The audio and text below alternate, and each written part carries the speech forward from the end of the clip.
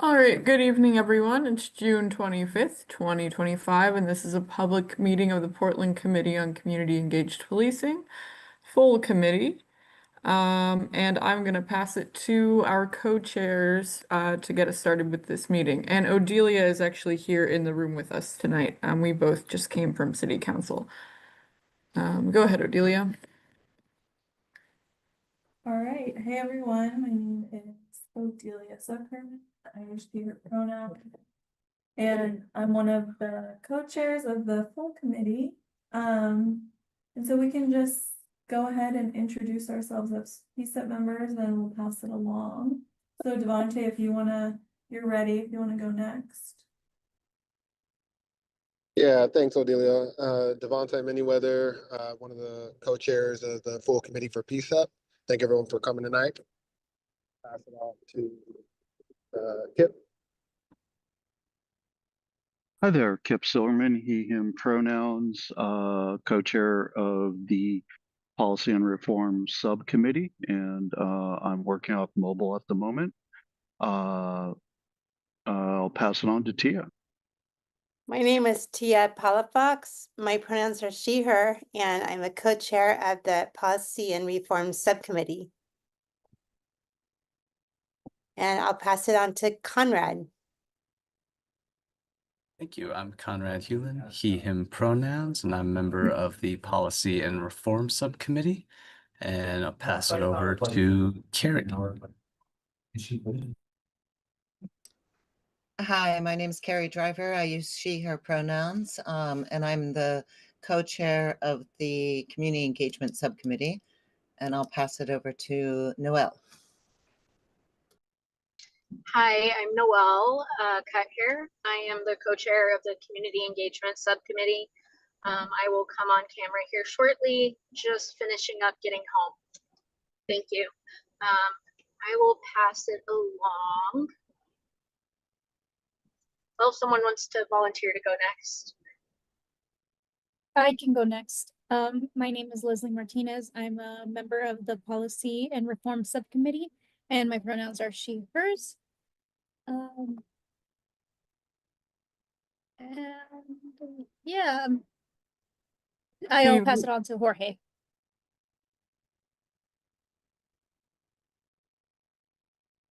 And Jorge introduced himself in the chat. I think he let me know in advance that he will be coming on mic a little later, most likely.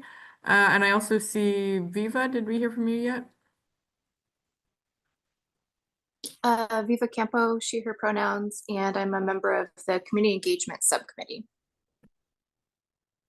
Okay. And I think that's everybody.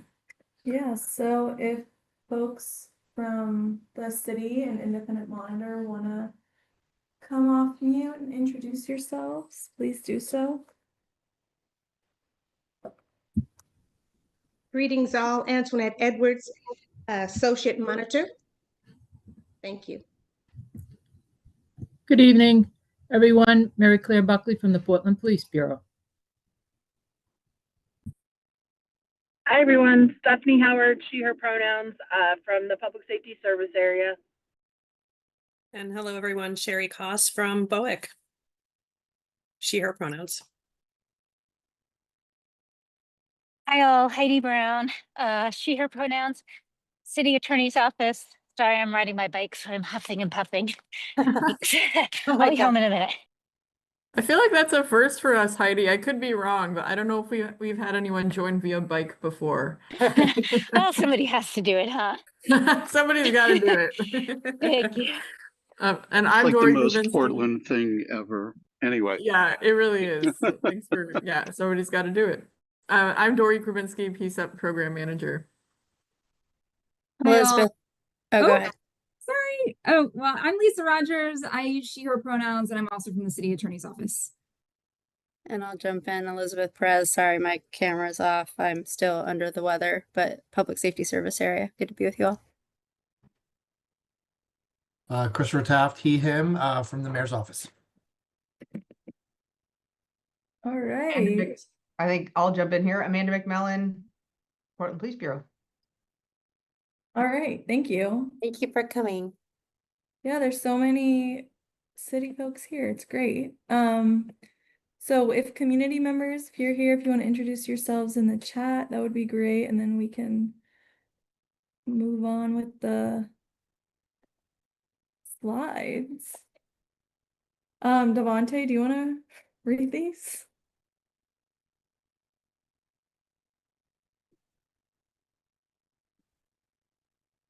Yeah, so we just have the community agreements here. Listen actively and respectfully, share airtime, be present and open to new information and perspectives, assume positive intent, respect each other, respect the group, speak your own truth, communicate directly, honestly, and respectfully, ask questions to clarify, call out bias, and be okay with ambiguity. And if you could take over.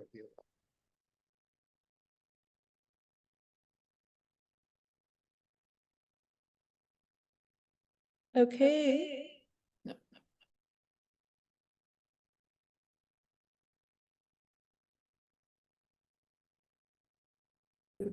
Sorry. My bad. Okay, so for an overview of tonight's agenda, we have a few updates. And then we're going to review our PCCEP recommendation and then hear from the public about the recommendation. And then we will vote, hopefully. And then, as always, we'll have open public comment.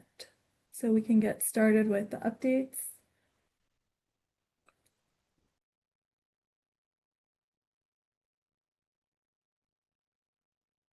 Okay. Devontae, do you want to read this one? Sure. So just kind of a report on the steering committee. We did meet and had our first steering committee meeting, which we were kind of hashing out what some of our priorities are amongst the full committee for PCEP and then the subcommittees, policy and reform and community engagement. These are just kind of like a general overview of some of the things that we find to be at the top of our list of priorities. For the full committee, the number one thing that we are wanting to prioritize is the codification of PCEP and also hosting Mayor Wilson in our meetings. And obviously kickstarting our collaboration with not collaboration, but there are some shared areas of interest between PCEP and the mayor's office, and so we're just wanting to start to explore those things. For policy and reform subcommittee, the priorities that came up were ICE and PPB collaboration, fact finding, listening sessions. There's been a lot of conversation in meetings about about ICE and their activity and whether or not there is any collaboration or how collaboration itself is defined. So we're just kind of tuned in, and that's something that we want to be paying very close attention to as a committee. And then also for policy and reform, we have PPB surveillance technology. So drones, body-worn cameras, still wanting to explore and pay close attention to those, and unleashing law enforcement executive order impacts. And then for the community engagement subcommittee priorities, we have PPB community engagement review, and then internal PPB community engagement plan, which is something that we've been speaking about quite a bit lately. And then community education event, RE settlement agreement. So just having more events where we were talking about the settlement agreement, PCEP's inception and our mission, and what we do as a committee. So those were the things that kind of floated to the top for the steering committee when we had our meeting recently. Odelia? Yeah. Anything? No, that was great. Thank you. And so now we're just going to move into an update on the cooperation and like kind of just get more of an understanding of what's going on between PPB and ICE and yeah, the sanctuary city status. And then also there's been protests, so just trying to get a better understanding of this. And so I was able to make it to yesterday's Community and Public Safety Committee meeting, where the council meeting where they talked about this a lot. And so we have Heidi Brown here who presented there, who can hopefully chime in, and any other folks who were there too. But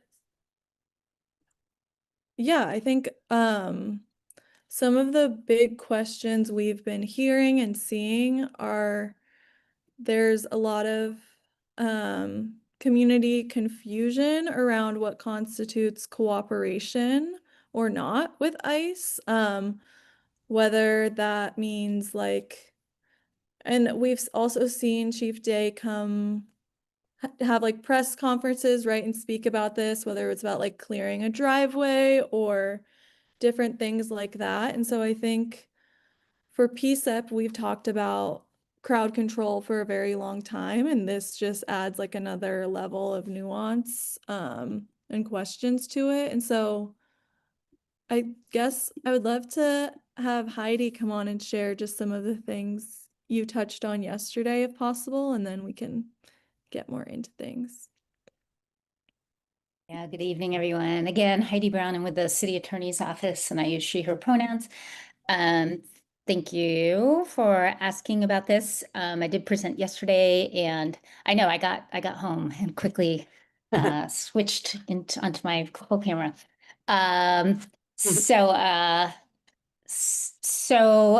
Yesterday what I was presenting on was on state law.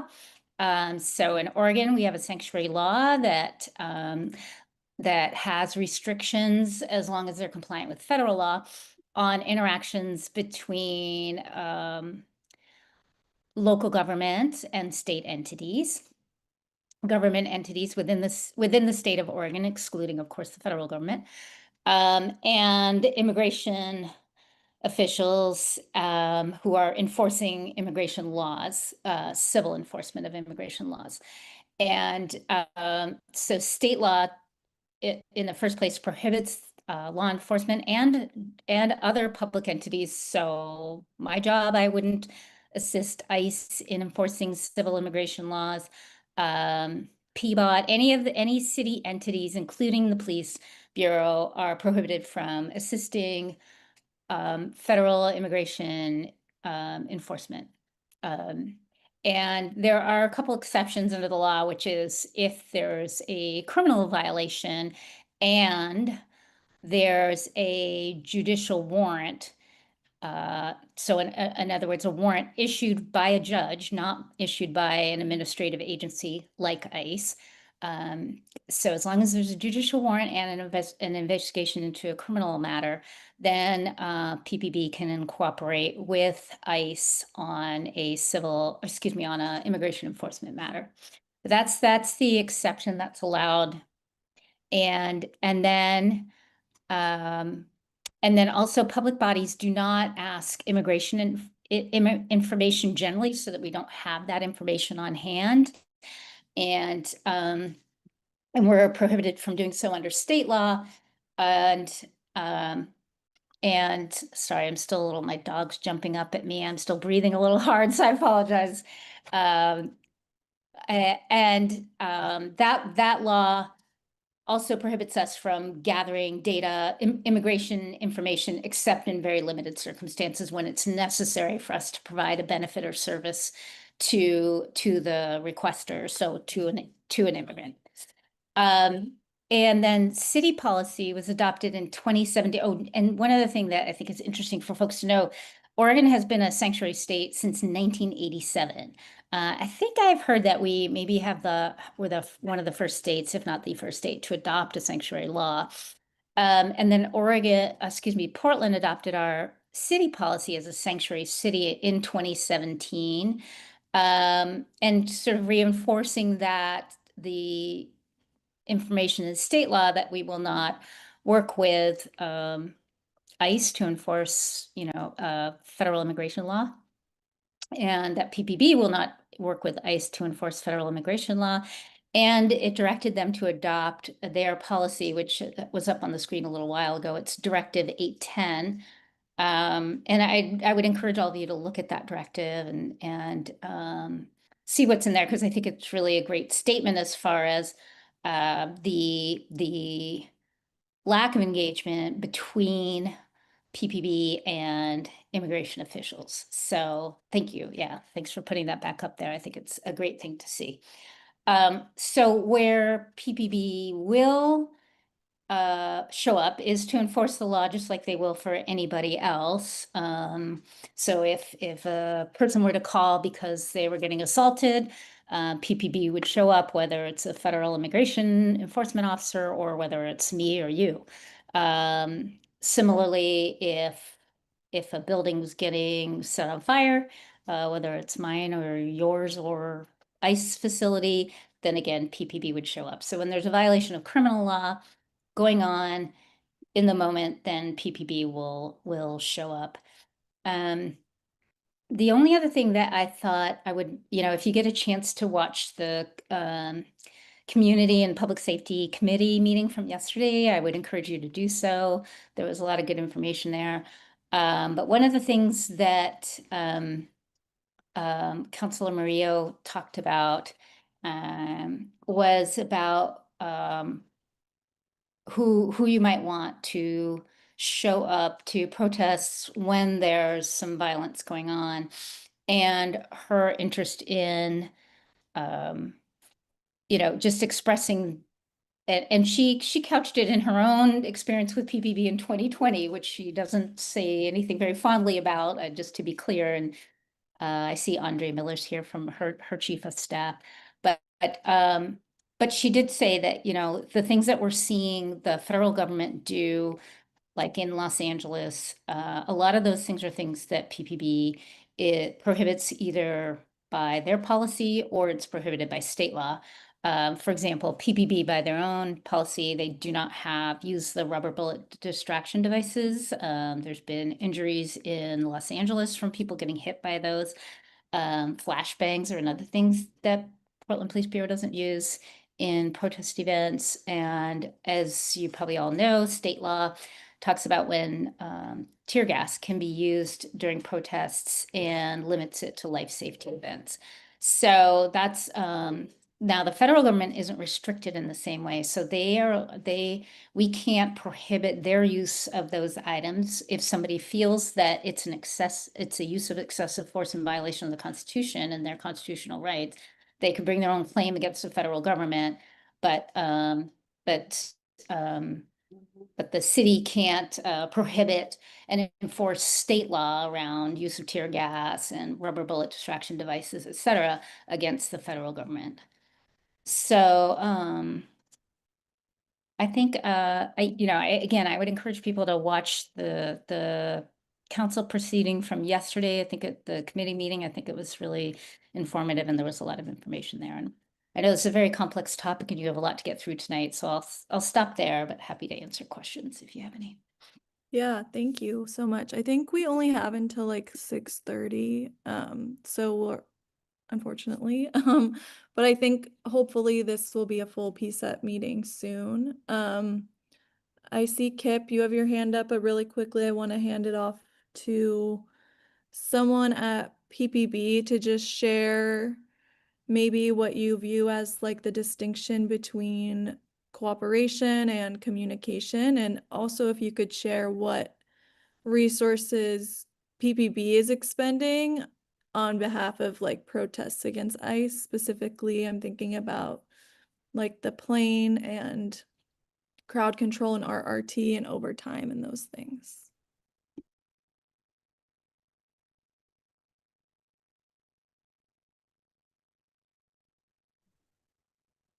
I can step into the space a little bit here.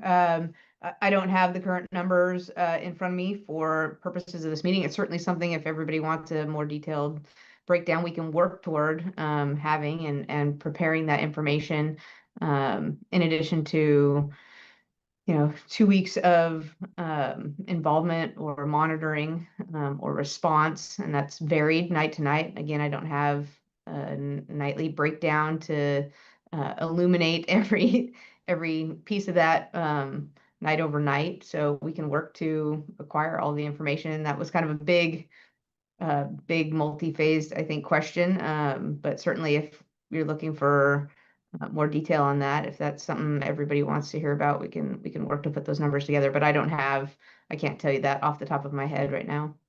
Yeah, super fair. And I think we'll definitely contact you all, and I didn't mean to put you on the spot with that. So maybe that can be like another meeting where we have that information shared.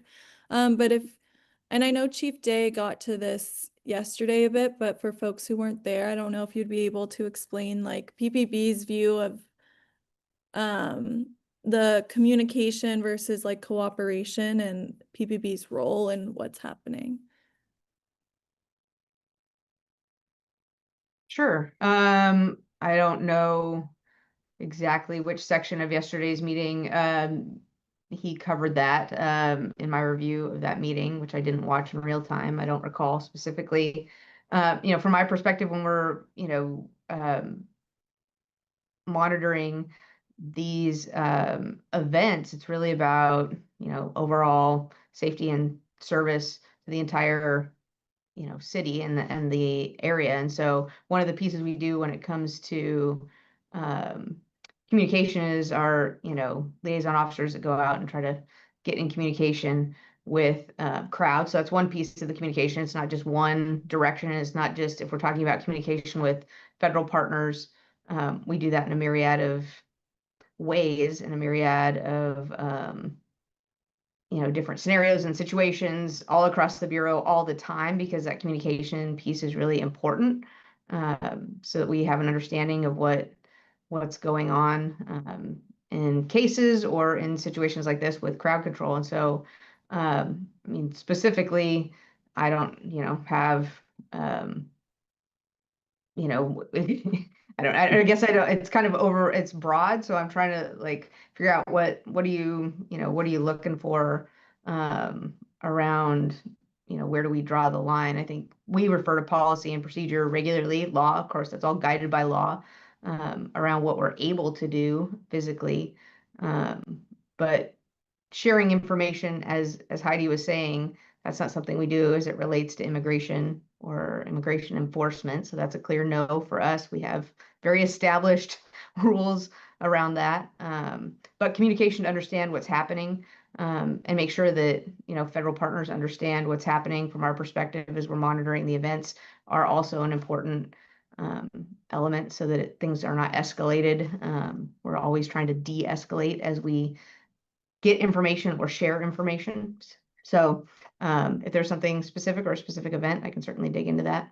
I can probably jump in to help. Sorry, not to jump the line, but I've been helping to get information to council offices through this, and a lot of these questions have been asked and have been discussed, and they were discussed yesterday. One thing that I think is important to distinguish is PBB is not having any communication about immigration enforcement. There's no information that they're providing, certainly, and I don't believe they're getting any information about it either, not seeking to. I think the kind of communication that the chief is talking about is communication on the safety of the facility. That's one thing, because they're responsible for enforcing state and local laws when it comes to those any criminal actions. But I think there's, to your point, Chief McMillan, I think there's a lot of conversation with a number of different federal agencies related, like oftentimes nothing to do with immigration. So, for example, a lot of investigations that PPB is involved in related to, narcotics and investigations and things like that are involving the DEA and the FBI at times, and other federal agencies that have nothing to do with immigration. So there's constant communication, and I think work on lots of different aspects, but no information is being shared, is my understanding, regarding immigration enforcement activities whatsoever. The communication that's happening around the ICE facility is specific to life and safety and criminal enforcement of state and local laws, and that's about it. PCEP members, we want to get your comments here, but just be aware that we might have to kind of hold any discussion on them till the next time we talk about this, since this was intended to be an update. Right. But we will be meeting about this again. Right. So go ahead, Kip.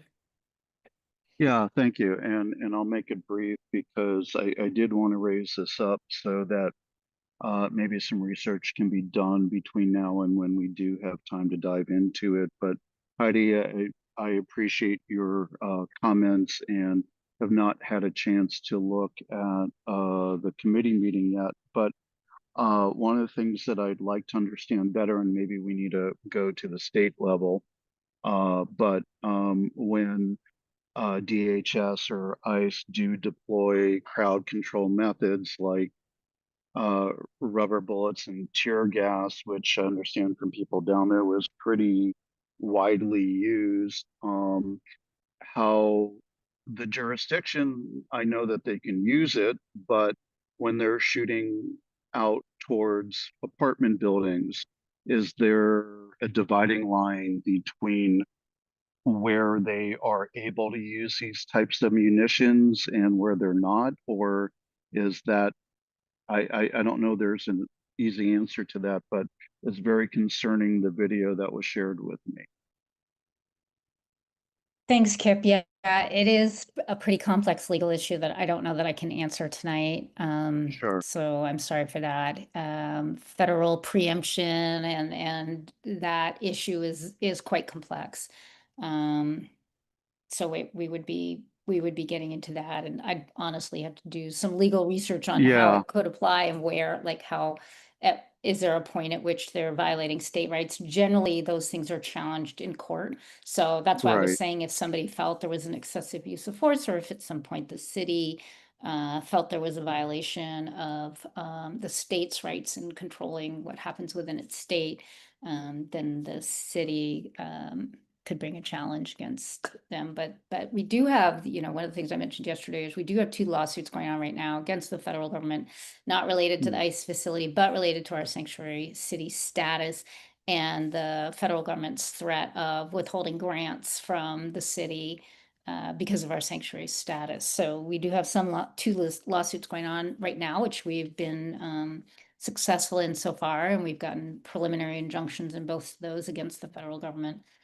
So we could explore other options. Yeah, no, I appreciate that. And That's a good question. I'll just end with, that's probably something that we are going to pursue. So there's the ability to start looking into that or letting us know who we should reach out to. I would really appreciate the help. So thank you. Devontae? Yeah, I just wanted to, really kind of echo the recommendation that everyone, if you are able to go back and watch yesterday's council meeting, the recording of it, it really did have a ton of information, great information, and some really clarifying points that were shared, and I think it'll serve to give a lot of insight. There are still, from what I gathered, there are still things being hashed out, but because it is complex. But yeah, just to kind of have like a general basis and understanding of kind of what some of the very real challenges are and what some of the limitations are and what are still being worked out, to just go back and watch that recording if you can. So that was all I wanted to say. Yeah, definitely. And I think I don't want to speak on behalf of the subcommittee chairs, but I do think there's been a lot of interest in this from most of PCEP members. So I do believe this will be something coming up soon on as like a whole agenda item. Yeah, and I think with that we can move on to our next update. So this just happened like an hour ago. But There was a resolution proposed at council today to support and expand Portland Street Response as a co-equal branch of the first responder system and establish the Portland Street Response Committee. So this resolution passed today with a 10-2 vote, again, an hour ago. So, and I think they're still figuring out what exactly things will look like, but this does push to make PSR 24/7.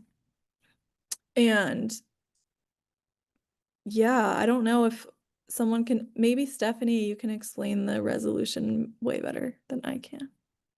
I'm happy. I will absolutely take a stab. Yeah, the resolution, I would say at its core, and Andre is here, and I would absolutely welcome him to join in. But I think at its core is an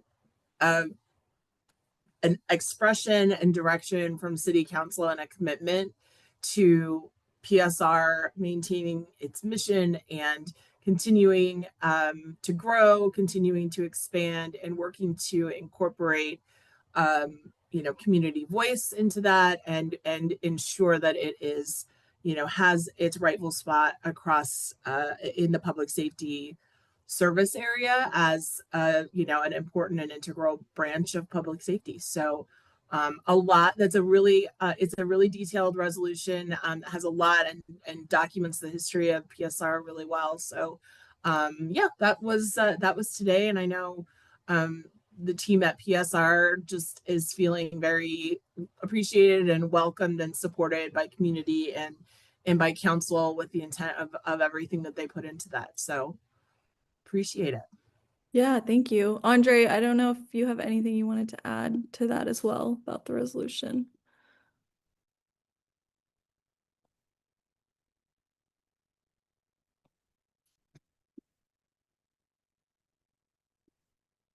Okay. Cool. Well, I, for one, am very excited. I know PCCEP worked on a PSR recommendation a while ago, and it feels like some of these things are coming to fruition. And so now I think we can get into discussing our recommendation.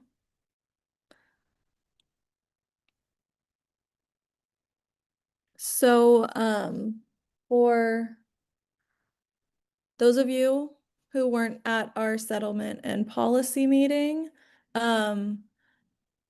we spoke with Metropolitan Public Defenders and the OGRC about PPP's directive and the proposed changes to it that were under second universal review. So the directive itself is on the duty to report exculpatory evidence. It was developed between 2017 and 2022 in response to an independent police review report, or IPR report, which noted that PPB lacked a formal policy on Brady material. And so the last proposed changes were pretty substantial and made some pretty big changes to the policy that we felt weren't great. And we'll get into that more in looking at our recommendation itself. We can go to the next slide. Yeah, so no one from Metropolitan Public Defenders could make it tonight because they're all at a conference. So I'm gonna try my best to explain this. I don't know if Devontae wants to do that, or I can try.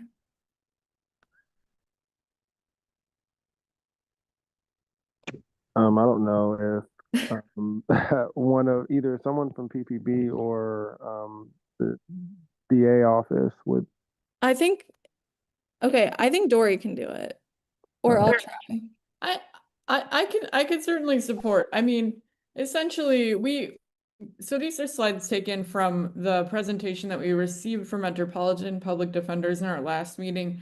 These are really just for reference, but they did a nice job of laying out, although, as you can see, these directives are technical. So even in this visual presentation, it's still a lot to take in. But they did a nice job of laying out what is currently affirmatively reported, as currently written in the directive, or in the, I believe, 2022 version. And so that top list here is kind of every category of what is affirmatively reported. And then what they did is they just created this flow chart of how kind of, I would say, the chain of custody of that information. So essentially, you know, all of these different types of information that could be Brady material, are kind of proactively released to the district attorney. And then the district attorney's office, they are the ones who review the Brady material to figure out whether it gets sent to the public defenders, basically. So, you know, again, you know, I'm not a lawyer, so that's my kind of civilian understanding of how this currently works and what is presented here. And how the PBB directive, the 2022 version, kind of works. And really what's important is the top line there, for our purposes. And I see we have a hand up from one of the attorneys who is present. So go ahead, Lisa. Yeah, thanks, Dory. I think you did a pretty good job of describing the way the current directive, the current iteration of the directive works. The one clarification would be, for that kind of second line from the top, where it's identifying, you know, criminal convictions, allegations of dishonesty and over, those are the allegations that we provide affirmative notifications to the MCDA about. I think that I heard you say something like, and then we provide material. We provide some material when we give the DA's office the affirmative notification, but this flow chart, which obviously is not from my office, but it's referencing 3.3.1, which is the prosecutor may request. That access to IA's records it only occurs upon a prosecutor requesting that access. So there's kind of like different buckets is how I've been thinking of it. There's affirmative notifications that we provide to the MCDA, and then there's language that permits the MCDA to come review files upon their request. Thank you. Yeah, and then if we can go to the next slide. Really quick. Lisa, we received a question. Am I echoing? Okay. We received a question as well. Could you explain what Brady material is? So, the determination of what is Brady material that's a determination that's made by the prosecutor's office. So I can give a kind of high level. I'm not a criminal law attorney. I work for the city of Portland doing employment and labor law. But I can share a high level that Brady material is material that is exculpatory, and is material and favorable for the defendant. So that includes information that would be exculpatory or impeaching information. So exculpatory information, again, not a criminal law attorney, but that might be information that is kind of like part of the criminal investigation, that it's evidence that specifically shows or contradicts some sort of evidence that's being put forth against the defendant. You see Stephanie's come put her video on. I'll just jump in. Yeah, I think the easiest way is, as you said, exculpatory is it is evidence that tends to disprove a person's guilt, right? And whether that means through and it can be a variety of different kinds of evidence. So it can be actual evidence about the act. It can be evidence about the credibility of the witnesses against that defendant as well. Yes, thank you, Stephanie. Thank you. Yeah. Then here we have the proposed changes, and with what Stephanie was saying, if we're thinking about like someone's evidence, if an officer has been found to have like misconduct or to have lied before, that might be something people in like the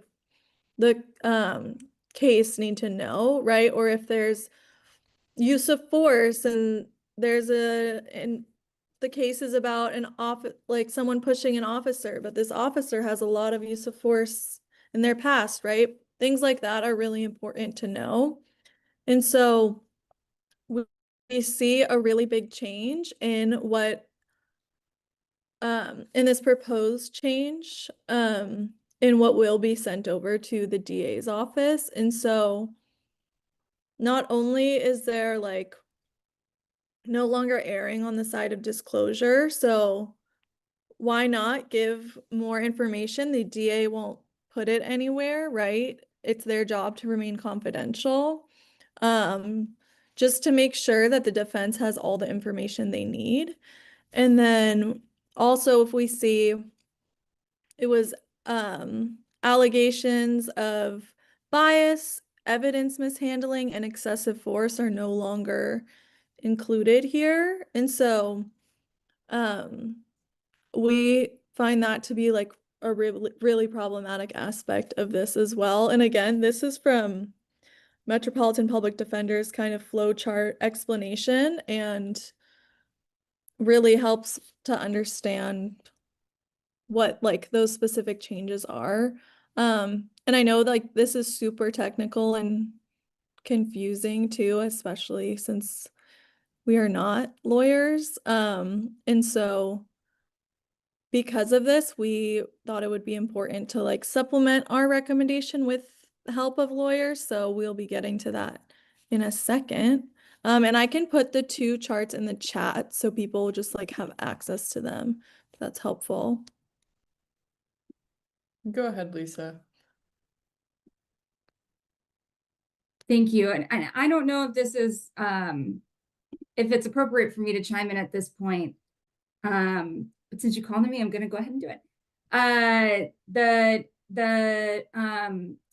These red X's here, I just want to make sure that it's clear for allegations of bias, of evidence mishandling, and excessive force. PPB under the proposed directive, proposed version of the directive will continue to notify the MCDA about those allegation types. They will notify MCDA during the investigation, before the investigation has even completed and reached a finding. They will notify the MCDA if that allegation is determined to be credible. And you can see on this chart that there's some considerations that PPB will use to determine when an allegation is credible.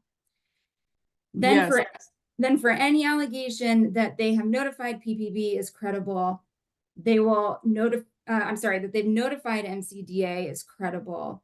They'll notify the MCDA of the outcome of that investigation. In addition, if there's an investigation that ends up being sustained that wasn't previously reported to the MCDA as being credible, at the point that it's sustained, PPB will also notify the MCDA affirmatively of that finding.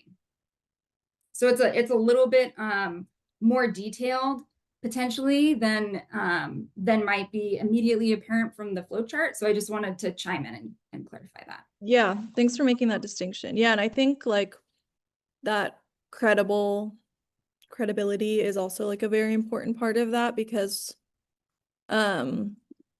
what PPB deems credible might be different from what other folks deem credible, right? And so again, erring on disclosure would always just make sure everyone has the information that they need. And that's kind of, I think, where we're coming at it from this.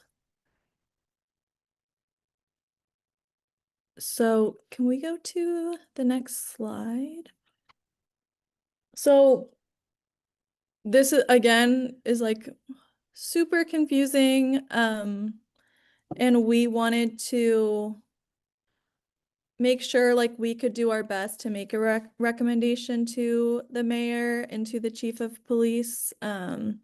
So we wanted to include a letter from Metropolitan Public Defenders in our recommendation because again, they have that legal expertise and can make those explanations. So this is kind of an interesting recommendation for PCCEP just because it's like we write something and then mostly the meat of it is really in like this letter of support.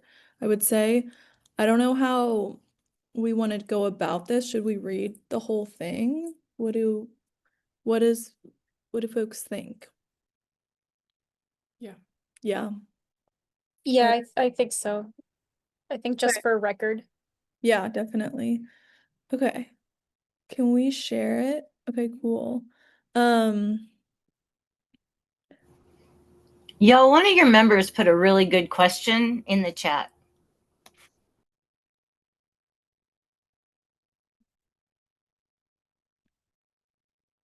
Are you talking about Viva's question? Yes, I am. Viva, that is a great question. That was one of the main things that came up in the subcommittee meeting about this. Conrad actually posed that question. Actually, Conrad, do you want to speak to the discussion around that and any answers you feel like you received when you asked that?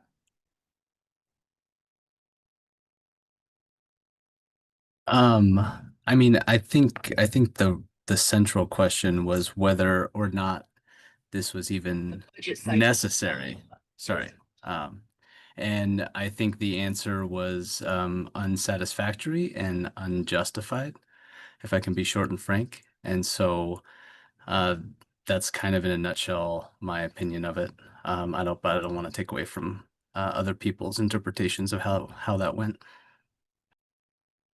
Does anyone else have recollections from that subcommittee meeting and that discussion? Because that was a main point of discussion in the subcommittee.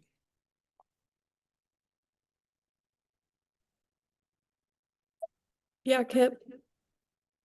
Yeah, no, I think your brief assessment, Conrad, was pretty succinct and accurate, is that there really wasn't, to my satisfaction either, an explanation of why these changes needed to be made.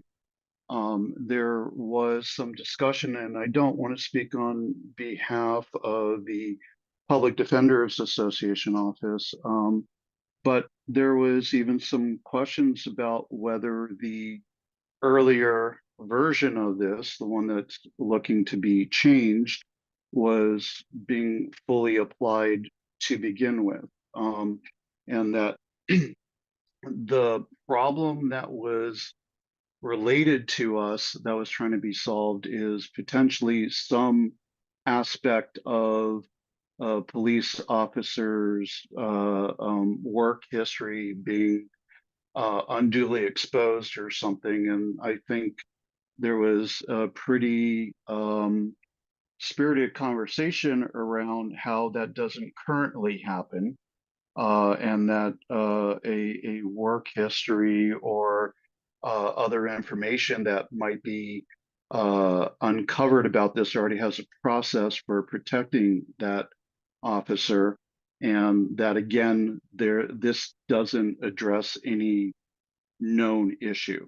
So to our satisfaction, we don't know what problem is trying to be solved, but we do understand, based on the conversation we had, that this would be potential limiting what does get released to a public defender or defense attorney. And that seems deeply problematic when we're looking to build trust. So, Yeah. Thanks, Kip. And I just put in the chat, and so did Stephanie. Thank you, Stephanie. The DA's kind of statement because they declined to attend our meeting and they helped write the policy because it has to do with their relationship. Go ahead, Devontae. Yeah, I think Kip summed that up and with those additions pretty nicely. That was also my my perception of the reason that was provided is that it was just to keep basically the proposed changes were to ensure that officers' confidential information or like their employee files that weren't pertinent to whatever the ongoing proceedings was kept confidential and that it wasn't exposed. But what was kind of clarified and stated during that meeting is that both the DA office and the Multnomah County Public Defender's office are either professionally or legally bound to ensure that the officer's information is not leaked or mishandled. So and that's how it already is, and so the proposed changes aren't necessarily adding any extra layer of protection that's not already um, built into the current process. And so that's why I suppose many of us felt like the reasoning wasn't sufficient because as was stated, the current policy or directive has not been followed for the last couple of years. So that's why we were all kind of left confused and wanting more as far as an explanation for why such a significant change is being recommended when it's not solving an unsolved issue at this time. Yeah, and I think to expand on that too, I think like some of the public defenders shared, like they've been in this office for 10 years and have never gotten Brady material from the DA. So it's been like years and years. And this obviously comes to like a county, city, I don't even know, but like it's more of a county thing and that's not our jurisdiction as PCCEP, but it is something like that was brought up that is like seriously concerning. So I think it's important that that's noted too. And I think Sorry, Odelia, can I just make one clarification about what you just said? Because it's really important. Yeah. What Grant said was that he'd never received a Brady letter, which is different from Right. Brady material. So I just want to that's a big distinction. Just want to make sure everybody knows there's that difference, and that's what he was talking about, which is a district attorney's office obligation. Yeah. Thank you for that. Sorry. And I think also that I'm not clear on how much Brady material they've received either, but yeah, you're right about the letter. Thank you for clarifying that. And yeah, and I think the letter we're about to read today will be like super clarifying on all of these questions. And I think like this is the reason why we want to put forward this recommendation is like, why is this happening? It still doesn't make sense. I don't think it's justifiable. So I think that's what.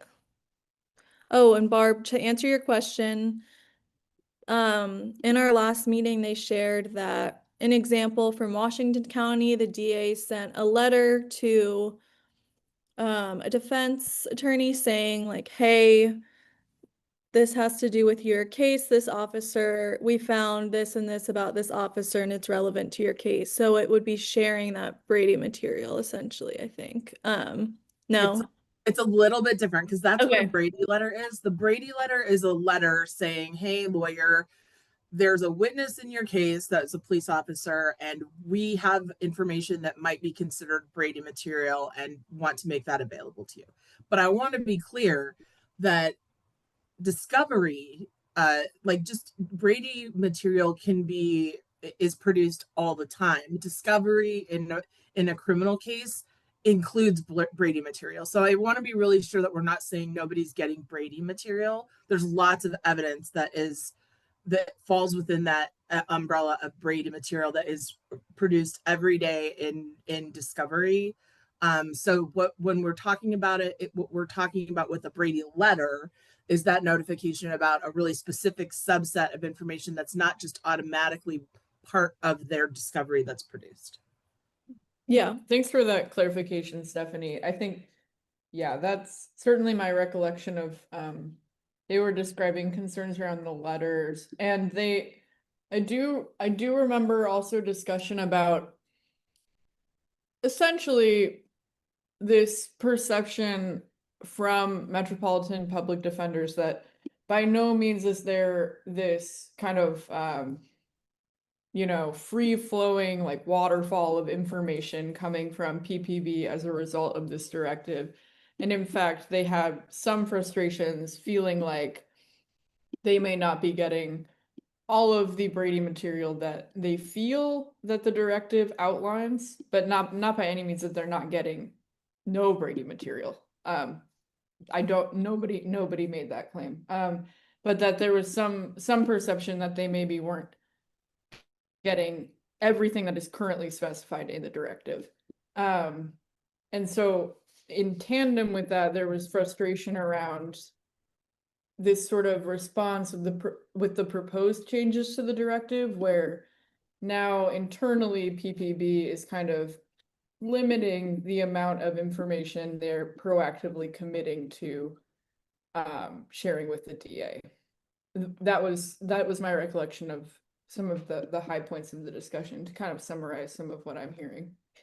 Yeah, and because like the PPB is sending their stuff over to the DA's office, but it was the public defender sharing that they don't know if they received everything from the DA's office, and so that's not PPB's fault, right? But if PPB limits further what they send over, that just like in the grand scheme of things, like lessens what will be received by defenders, especially when like we're in a public defender crisis, and it just like creates so many more barriers, I think, to accessing things. Carrie, go ahead. Thank you. I had a question about the statement from MCDA from the last meeting. When they say that while also retaining and strengthening the notification and disclosure provisions necessary to ensure MCDA is fully compliant, how is it strengthening, if anybody can answer that?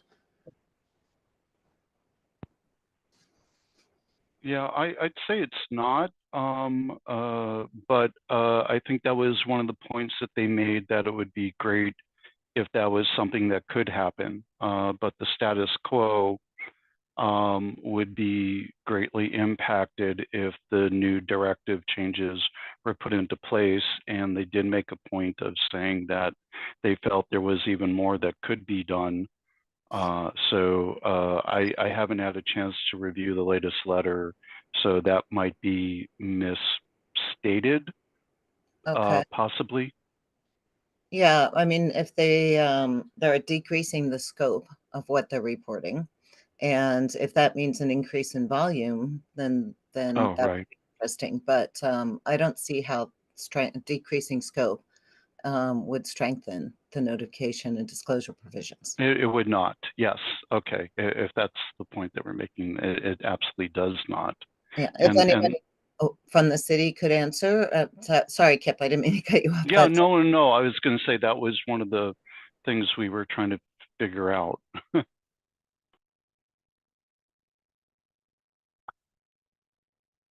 Can anyone on the from PPB speak to why MCDA used the language around strengthening?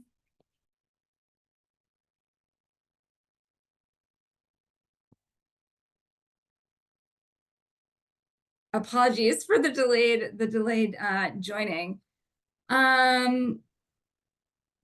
So I can't speak directly to the language that MCDA chose to include in their statement. But I do think that what they might be referring to is the current directive did not fully capture PPB's process as pertained to open investigations. So it outlined that we would provide MCDA affirmative notifications upon closure for certain types of investigations, but it was silent as to how we would handle open investigations into these types of topics. And so part of what PPB is seeking to do, as I understand it, is to include language that addresses how we handle pending open investigations in terms of notifying the DA. Amanda, I saw your video come on. I don't know if you had something you wanted to add. No, I don't know. I mean, I did this action for PPB as the commander of the Professional Standards Division for a period of time, so I'm familiar with how this communication worked and how it worked with both open cases, so allegations that were being investigated on open, that we didn't have a conclusion to that case yet, so we didn't have an answer about the veracity of those allegations, and then when we had sustained allegations. So I'm familiar with the process. I can't speak to, I wish we had somebody here from policy, and I didn't get to watch the entire last session where I think Ashley was on and maybe had a little more details about some of the background in this. So I'm first in the process, although it certainly took up time, and I had to, send that information over and collect it and track it and do all of those things in my role as the commander of Professional Standards Division. I'm not clear on what's, the impetus. I know there were some cases that were causing concern. I think that was covered in the meeting the other night, that there were some rulings that had caused concern about whether or not, and there was some discussion about this that I observed from that meeting about what does this mean?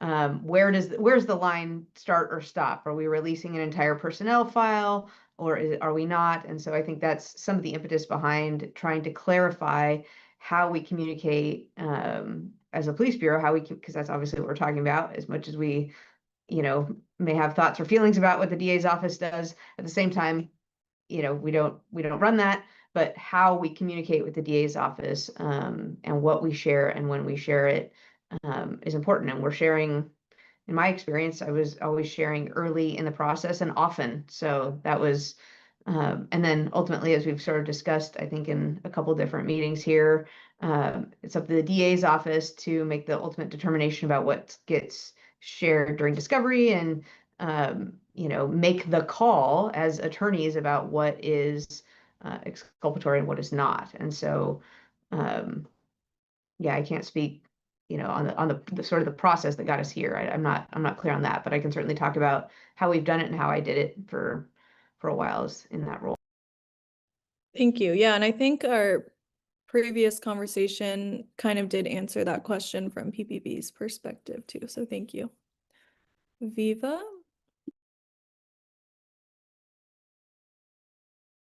I started talking. You can hear me.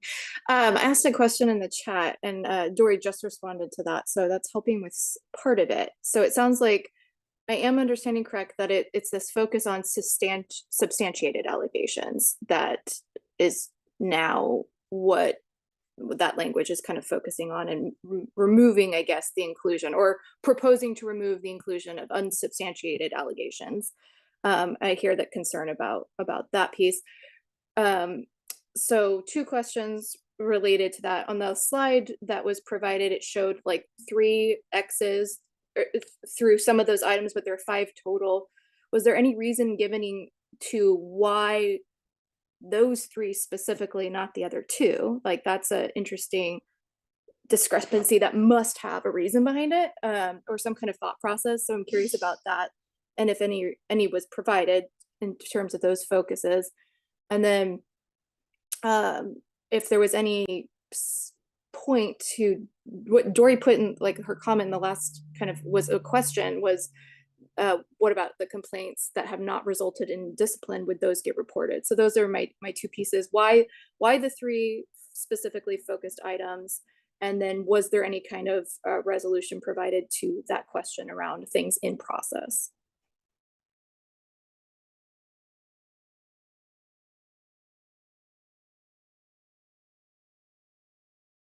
I can maybe chime in on some of that if that's appropriate. So I can't with authority answer your first question. I'm not clear of exactly the reasoning behind the PPB's exact reasoning behind the difference in treatment of those allegation types, but I can share that that truthfulness is typically considered one of the kind of foundational bedrock kinds of allegations that can be posed against a witness that would be considered possible impeachment information. And impeachment information is Brady information. And so, so that might be behind some of it. As to the second question, there's a couple layers. So I see Dory's, I'm looking at the way Dory phrased it. If an officer has a history of complaints but has not gone through a formal complaint process such as IPR, does that mean that material will not be reported? So IA and IPR look at every complaint to determine whether every complaint is addressed there and reaches some sort of outcome. So then under the proposed directive, the complaints or allegations that would be reported to MCDA for those three types of investigations would be the ones that have, if open, reached the point of being a credible allegation, or upon closing if they've been sustained. And allegations can result in a sustained finding and not result in quote unquote discipline. So there are certain non-disciplinary corrective actions that the Bureau can take as a result of a sustained action or a sustained allegation. Whether the allegation resulted in discipline or some other kind of corrective action would not be determinative in whether it was reported.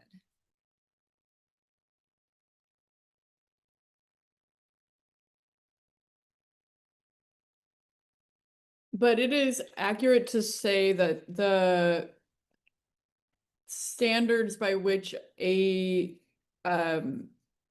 PPB side, on the PPB side of things, the standards by which that disciplinary information or that personnel information would be, how you would decide to release it to the DA, that is not clearly defined by the directive, is my understanding, as written, or the proposed changes. I think I recall discussing some ambiguity around how those decisions would be made in the proposed revisions.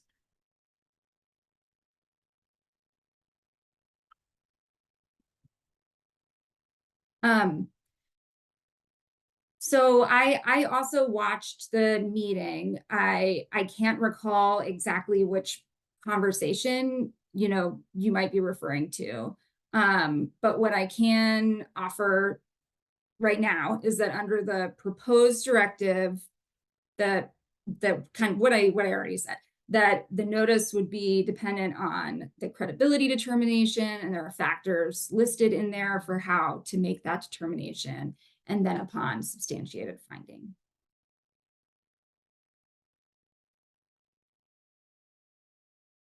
Devontae? Yeah, I recall that being a really large part of the concern, is that many felt that PPB being left to make that determination internally by themselves to determine whether or not something that's, potentially could be exculpatory evidence is credible against one of their own officers, instead of the DA's office receiving all the information and then using their expertise in their roles to make that determination, that legal determination, and then hand that over to MPD if necessary. I think that's the entire concern here, from what I recall. And then it was clearly stated that in that meeting that, something like how many times an officer was late to work, or like other parts of their personnel file that weren't relevant to the case, or to Brady material, would not be handed over, or the DA's office wouldn't be giving that relevant information such as that to the public defenders. So, and which is, to bring things full circle, not to harp on it for too much longer. We've been on this for quite a while. That's the entire concern. Is that it's becoming, if the DA's office doesn't receive it, then they don't have to hand it over but it's being left to PPB to determine that themselves, whether or not something is credible. But if, you know, an officer has 100 allegations, if they're not substantiated, but sometimes that could maybe be indicative of a pattern, right? So it just becomes this entire gray area where maybe the Brady material, the potential Brady material, never makes it to the DA's office, which then it would never, you know, be able to be used in court by public defenders to potentially, you know, exonerate or, you know, be of use to the defendant, who, you know, it could mean that whether or not they end up getting locked up or their case is dismissed, right? So I think that's the entire crux of the issue, and we never really got satisfactory answers as to why these changes would be going into place, or how it would strengthen anything at all. When what's being said is that it's not even being followed as it currently is written. So further limiting it would be damaging and possibly result in a lot of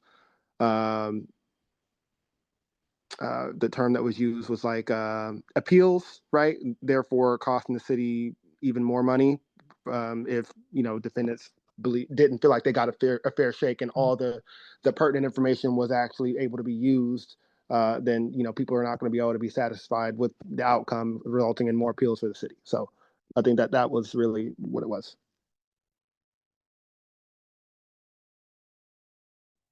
Conrad?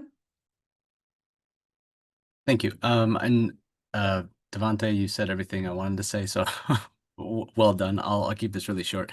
I think the other call out that we hinted around the last time, just to reiterate, is it feels like the proposed directive, in reasonable layman's terms, is just ripe for lawsuits. It's just ripe for abuse. And even if that's not the intention, the externality, the actual downstream effect of what's going to happen is the sheer volume of lawsuits that will emerge from the proposed directive being implemented.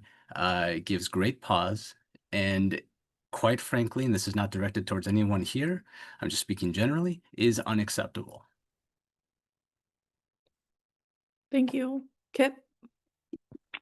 Yeah, I thanks for Devontae and Conrad for kind of restructuring the challenge that we have.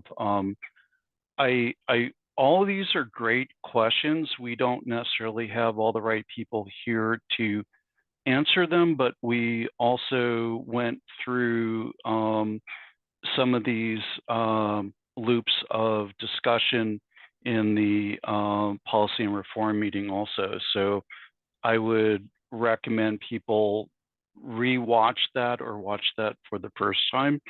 But what seems very clear from those discussions, from input that we've received, from input that my understanding Ashley Lancaster and the feedback mechanism the PPB has out there has received, that we should probably jump to our recommendations so that we have time to review it, discuss it, and do any modifications, because from a time perspective, we're at almost 7:20 already. Yeah, that's a good point. And we always take longer than we think. So yeah, maybe we can move on to reading MPD's letter, which again, I think will answer a lot of our questions, or like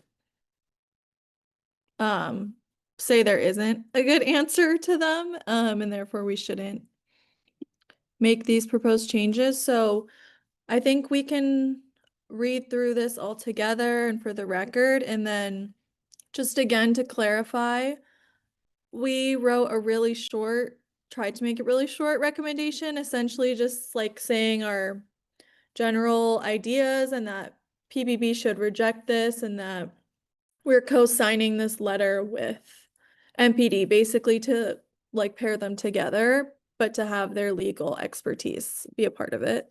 Does anyone want to read it? I can start and then hand it off to someone to, okay, I'm gonna start. Okay, so to whom it may concern, on behalf of Metropolitan Public Defender, as well as the other undersigned criminal defense and civil rights organizations, we join the Portland Committee on Community Engaged Policing recommendation to the Portland Police Bureau to reject the proposed amendments to PPB Directive 0320, reporting of potential exculpatory or impeachment information. Background. In 1963, the U.S. Supreme Court decided that in order to guarantee an individual's right to a fair trial in a criminal case, the state must inform the defendant not only of all exculpatory information, but also any impeachment information related to witnesses that the state may call in trial, including police officers. This information is commonly known as Brady material. Perhaps no impeachment material is more critical to a defendant's ability to present a full defense, especially in cases involving officer use of force, than access to past investigations into police officer misconduct. In the wake of a 2017 IPR report noting the lack of any PPB Brady policy in the 2020 George Floyd protests, PPB developed Directive 0320, which describes the process by which Brady material is supposed to be turned over to the Multnomah County District Attorney, MCDA's office, and in some cases subsequently to the defense. Notably, the policy requires PPB to affirmatively report all police misconduct investigations into evidence mishandling, bias, dishonesty, and excessive force. PPB develops the policy over the course of several years in collaboration with numerous stakeholders, including MCDA, the City Attorney's Office, the City Auditors, IPR, the United States Department of Justice, and the PPB collective bargaining units. The policy was passed with broad public approval, with PPB noting that many comments during the policy's review emphasized the importance of police accountability and erring on the side of broad disclosure when it comes to potential Brady information, including misconduct investigations. Does someone want to take over? Conrad, can I call on you? All right, MCDA's push to change 0320.00. Recently, MPD and the other defense providers have pointed out that MCDA has systematically failed to produce this kind of impeachment material and obtained several court orders requiring MCDA to turn over these misconduct materials for officers involved in pending cases so long as the records exist. On the record and in private conversations, MCDA supervisors have acknowledged this failure and promised to fix it.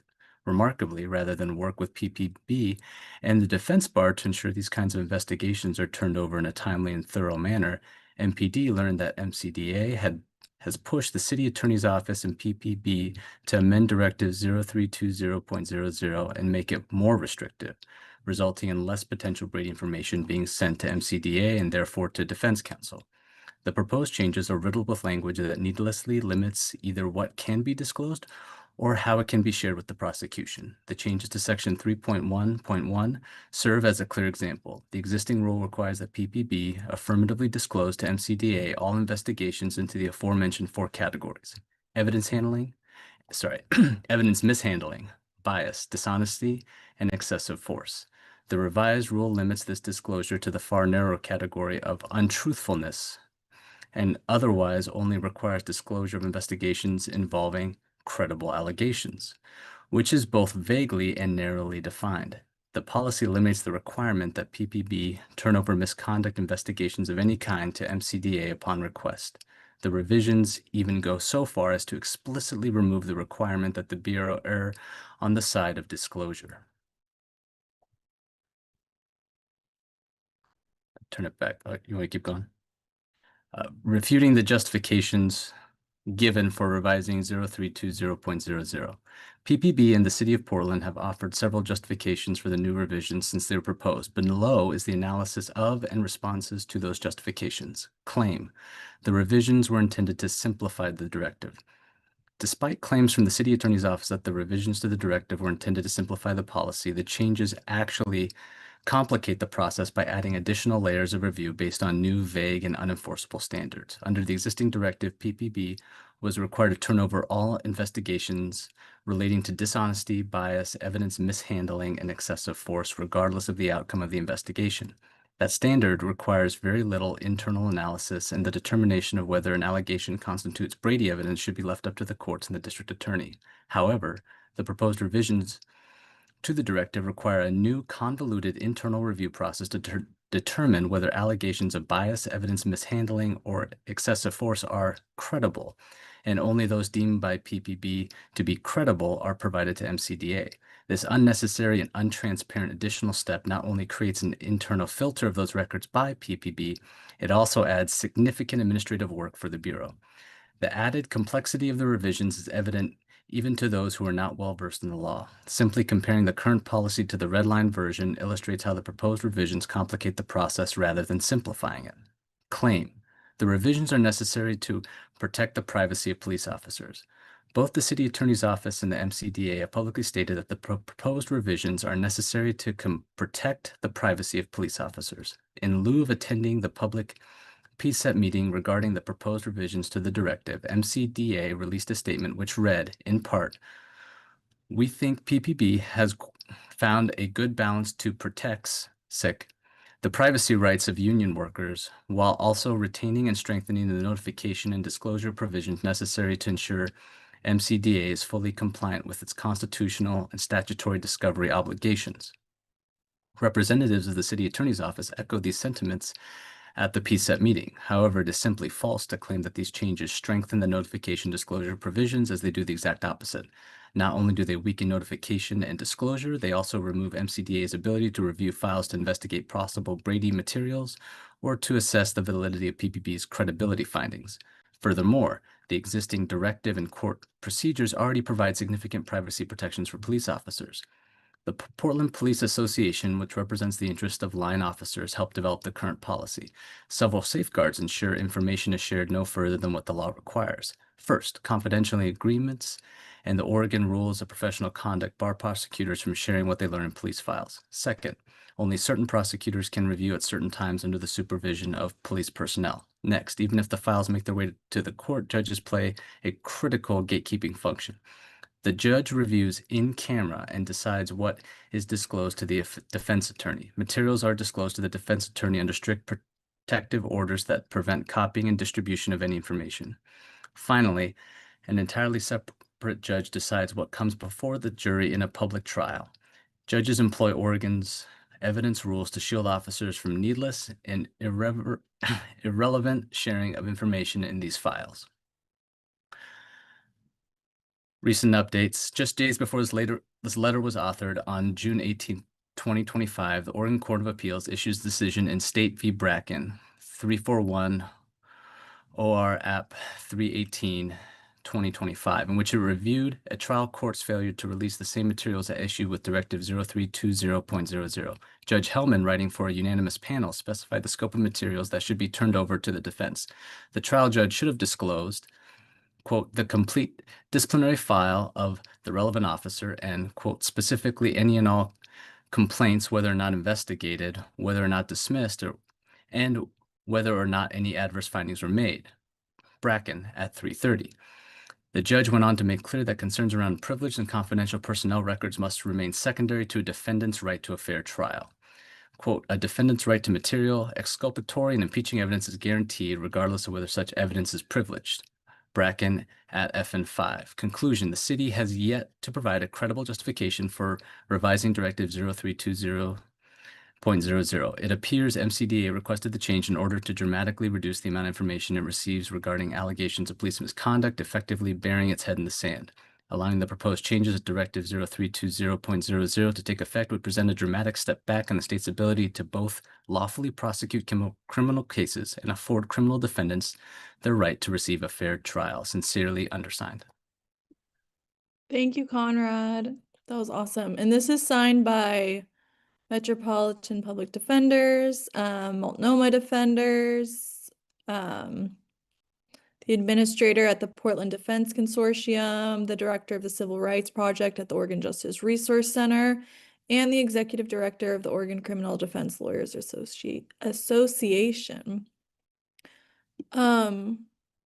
So would it make the most sense now to read our PCCEP's recommendation and then talk about all of it? Yes. Okay, cool. So we can, oh, go ahead. Oh, no, I was just agreeing because it's not like we can really change their letter. Right, So, exactly. Yeah. yeah. Okay, cool. So I think we're just getting that pulled up now. Does anyone want to read it from PCEP? Once it's up? I can read it. I'm not from PCCEP, but I'm always willing to play along. Thanks, Barb. I saw Devonte unmuted, so maybe he was Yep, I'm ready. volunteering. Okay, thank you. But thank you, Barb, for volunteering. Go ahead, Devonte. All right. So, summary of the recommendation: PCEP recommends that Mayor Wilson and Chief Day uphold the 2022 version of Directive 0320.00, Portland Police Bureau reporting of potential exculpatory or impeachment information, and reject any proposed changes that impede the release of Brady material. Moving on to the body of the recommendation. So PCEP is concerned about the proposed changes to Directive 0320.00, Portland Police Bureau reporting of potential exculpatory or impeachment information. The proposed policy significantly limits the type of evidence that will be shared with the district attorney's office, which could hinder access to crucial evidence in criminal cases. In the context of the ongoing public defender crisis, these limitations risk compounding existing challenges within the justice system. As currently written, PPB commits to err on the side of disclosure and allow prosecutors to make decisions about materiality.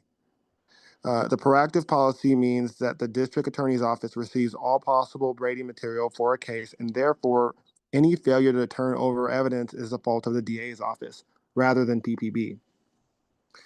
The proposed changes create an internal policy about what constitutes Brady material, adding language that stipulates allegations that cannot be substantiated, are not credible, or have resulted in exonerated, not sustained, or unfounded findings are generally not potential Brady material. Emphasis added.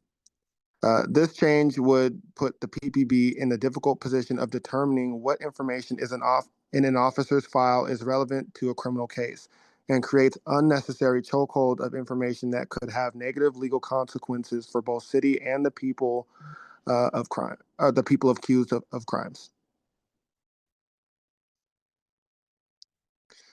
Because of the technical and legal aspects governing this directive, PCEP worked with Metropolitan Public Defenders, or MPD, to understand the impacts the proposed changes will have on public defenders and community members navigating the criminal legal system. We are elevating MPD's concerns in the attached letter and fully co-sign their conclusions that the city has yet to provide reasonable justification for the proposed changes.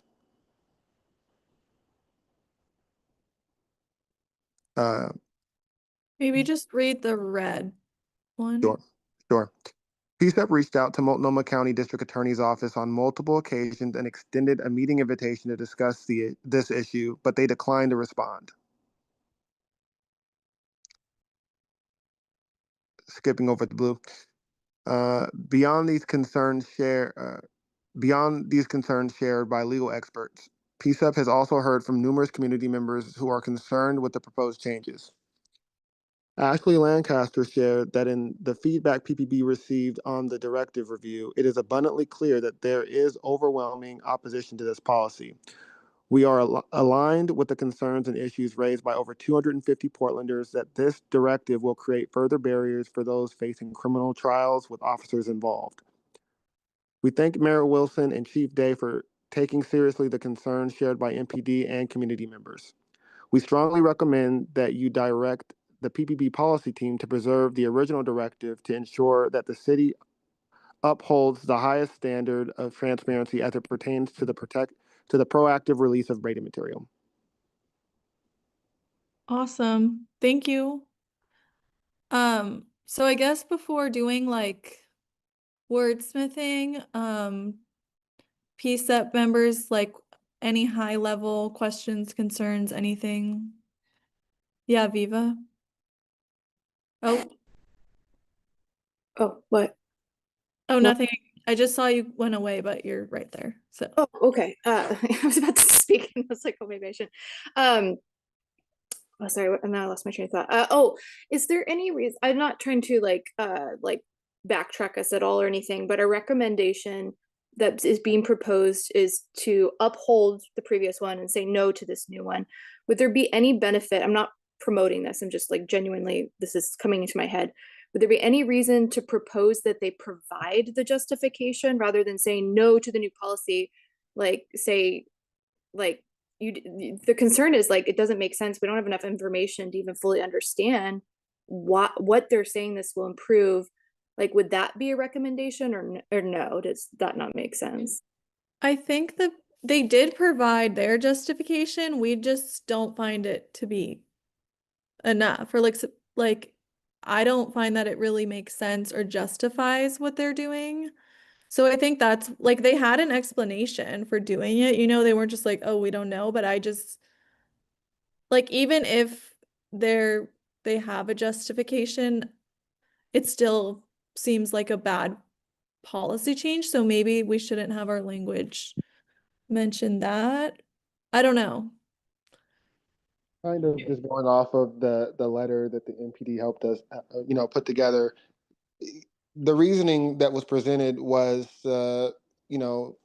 ensuring that officer, employee files are kept confidential and that, their information isn't like leaked or inappropriately disclosed, which, was stated already is not happening. And per that letter, employee confidentiality doesn't supersede, an accused individual's right to, have the exculpatory evidence presented potentially in court. So that was why we didn't really find the answer satisfactory, which is why I think we're a bit past that point now, of asking them to provide reasoning on their justification for the proposed change.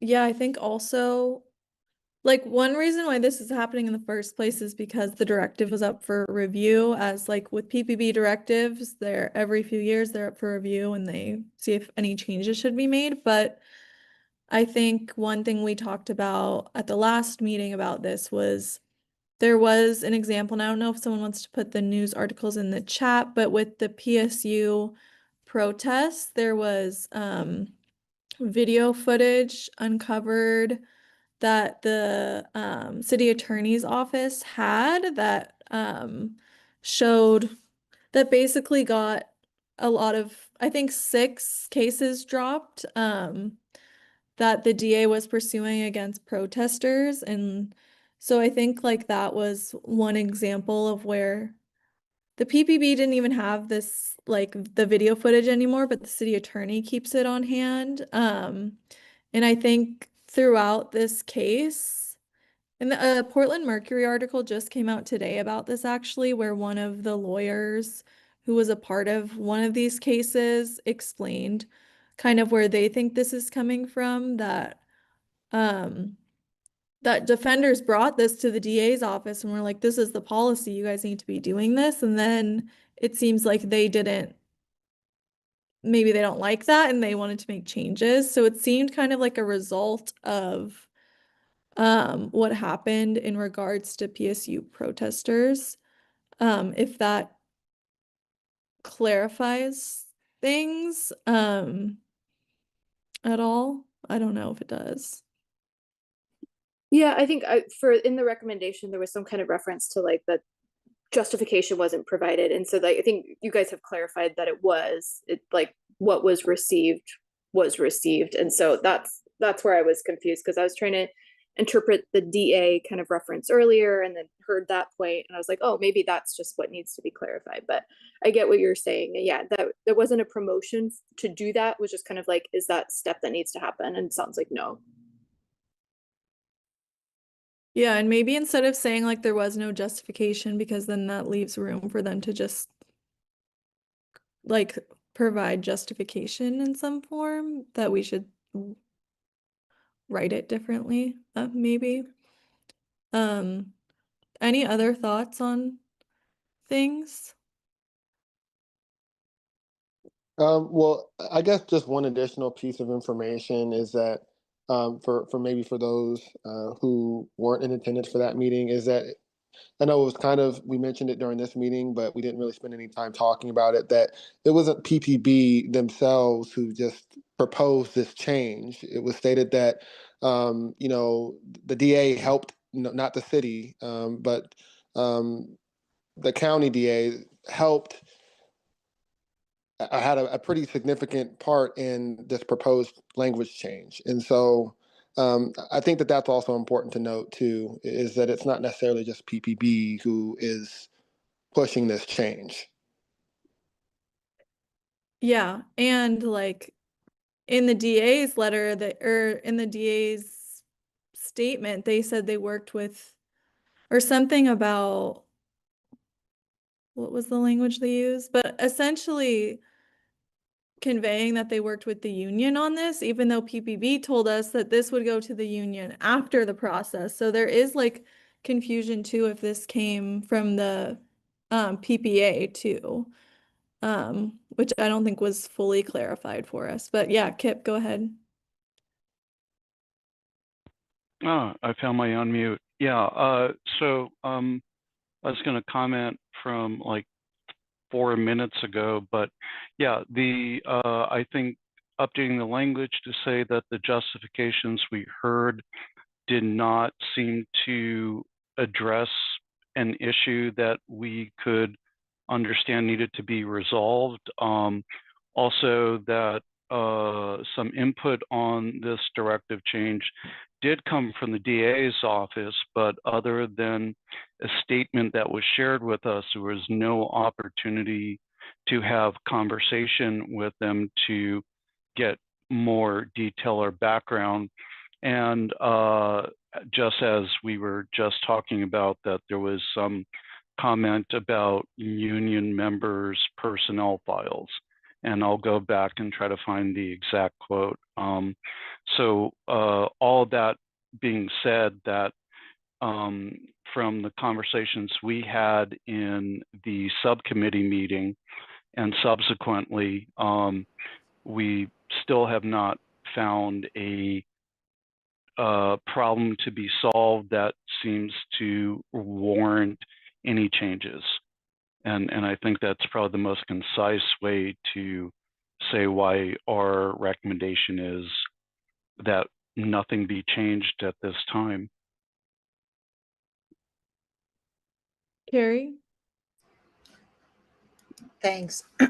I just suggest, since I heard it come up in the conversation several times, that in the opening paragraph where we summarize our concerns, we mentioned the fact that we're concerned about the decision being left to the police versus the Multnomah County as part of this change, adding to their workload and making it unclear as to what the decision factors are. Yeah, that's a great point. I think we should add that to like the opening about the discretion.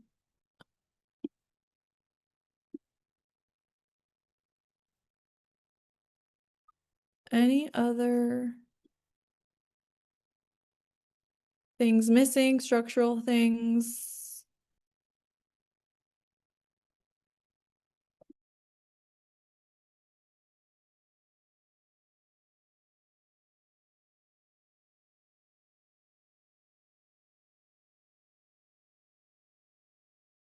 Oh, I guess I'll go. The only thing from the meeting I wanted to reiterate, I was trying to figure out where it fits, is, and I purposefully used the term with the city attorney that was at that meeting, was clear and present, right? Because that is a legal standard. Like if you're limiting somebody's constitutional rights, one of the only justifications is if there's clear and present danger. And I didn't, and that's one of those things we did not receive a satisfactory explanation or answer on. But I didn't see where it would naturally fit in there, but that was the only note I had.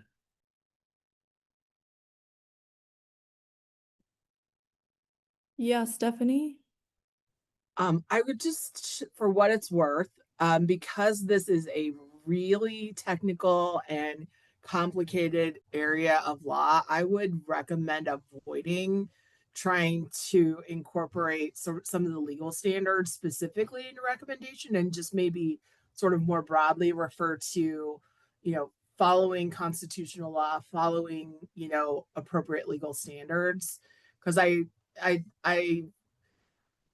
there are so many different scenarios that different tests apply and everything in this area. So I think it's probably a lot cleaner and more impactful to have the lawyer's letter refer to the legal parts that are, relevant, and then really just focus on sort of the community concern about this more than trying to dig too much into the technical legal side. So just putting that in the for what it's worth category.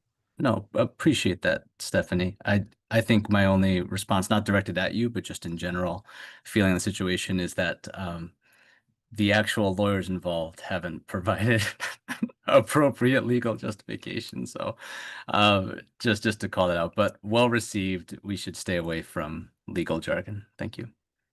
Yeah, and just I hear that, and I think that there are policy reasons for changes and there are legal reasons for changes, and they don't necessarily have to be both or mutually exclusive. So I think, yeah, so just I think it's absolutely valid for PCCEP to say we do not find the reasons we've heard compelling, right? And I think that's kind of at the core of what you're saying there. Okay, so taking a look at the document and what we've heard so far. So I think if we could scroll up, kind of figuring out this sorry, back down. I should open the document on my own, but scrolling back down to the point where we wrote like the reasonable justification part, that will need to be reworded based on the discussion.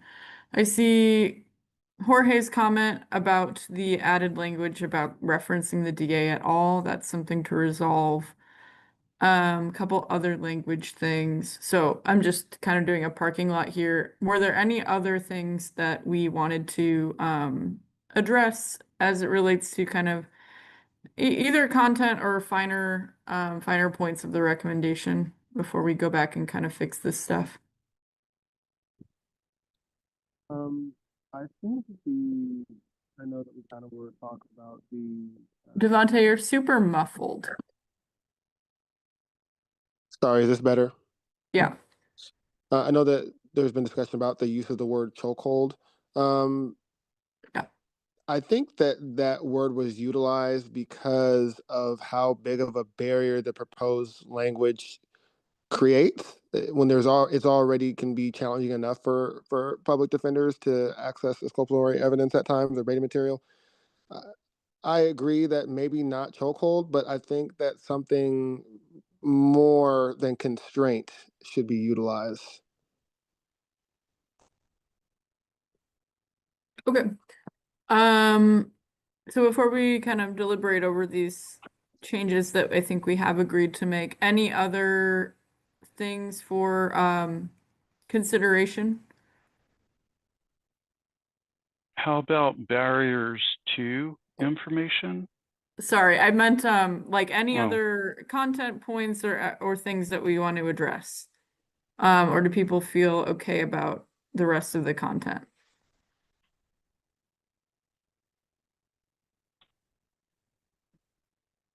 I'm good with the content.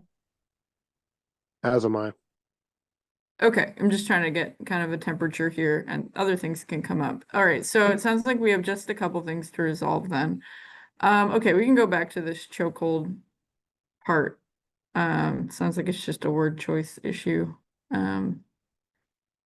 Restriction, barrier, impediment, hindrance, take your pick. Anything jumping out?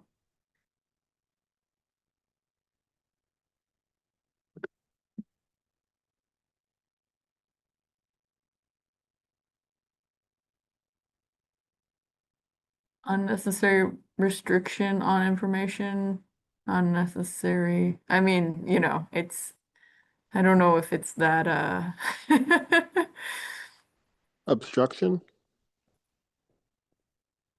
obstruction, barrier. Restriction might feel the most semantically accurate, in my opinion. I see that in the chat twice. I don't know, guys.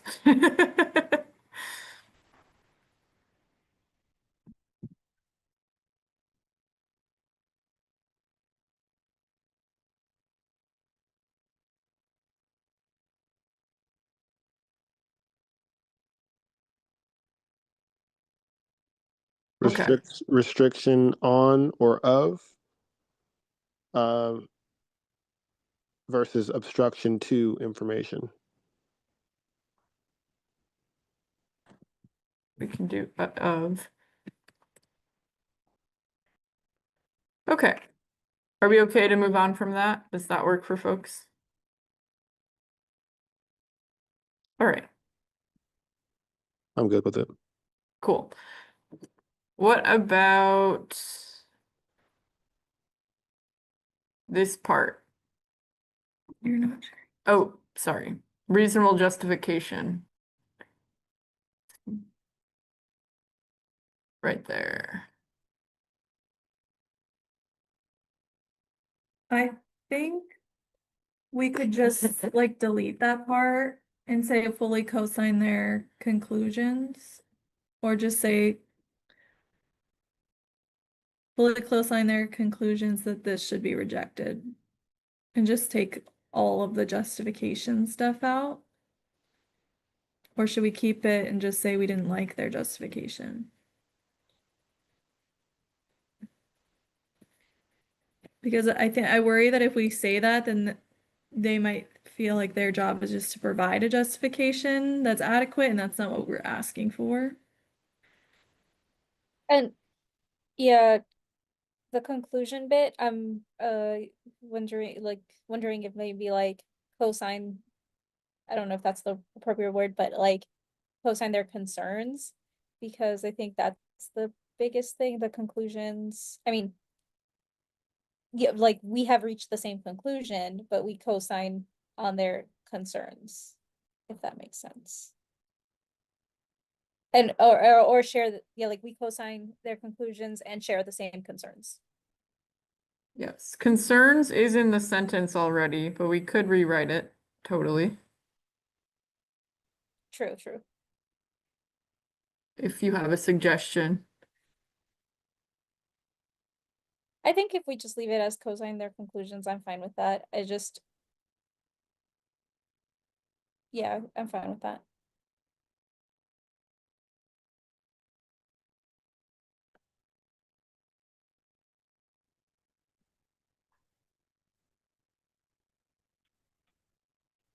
Any other thoughts on that adjustment? If we were wanting it to just be succinct and end it, that's fine. We are elevating MPD's concerns in the attached letter and fully co-sign their conclusion. The only thing I was thinking is if you wanted it to be a longer sentence, their conclusion that the proposed directive change,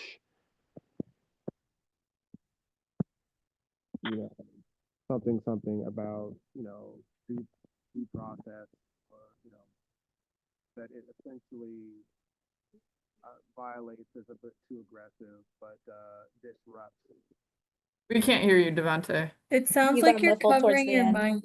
I totally was. I'm sorry. But something about how like the proposed we co-sign their conclusion that the proposed directive change uh, disrupts or interferes with an accused of individual's right to, you know, the due process, or if you want it to be like longer, we could say something general like that. I feel like that's not too far deep into like legal jargon, but that's really more so we're saying that accused people have constitutional rights, and that this proposed directive change directly goes against those rights. Yeah, I was going to suggest using the word constitutional.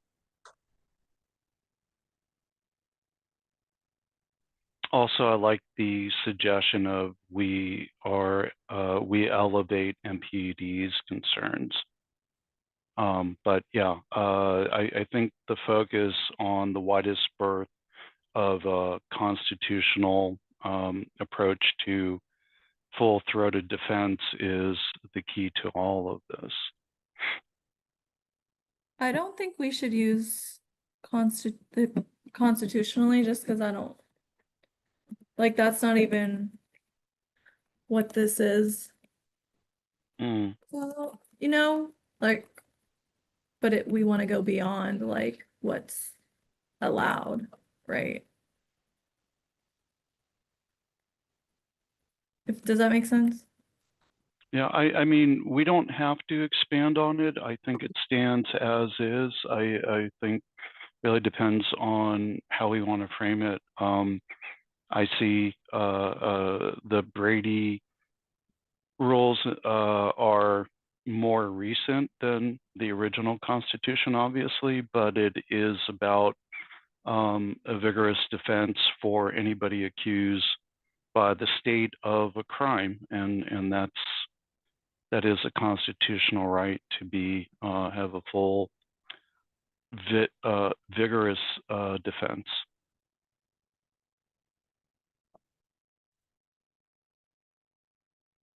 Yeah, I agree, Viva.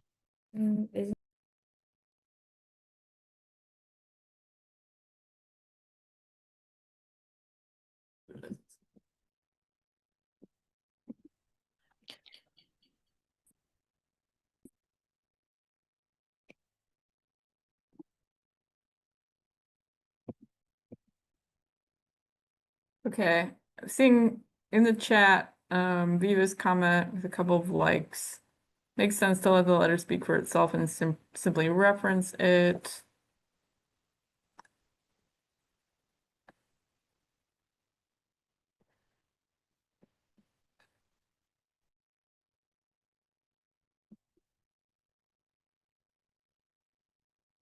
And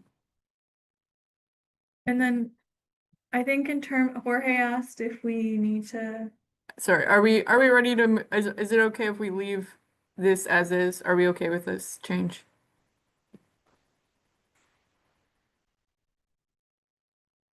Yes. Okay. And I think that is in line with some of what's been expressed in the chat as well. Okay, so that is one of the last things we need to resolve. And then finally, Jorge had commented about these additions here, I think 2 versions of them about referencing the DA's office in any capacity. I think just general content decision here. Jorge says, why add?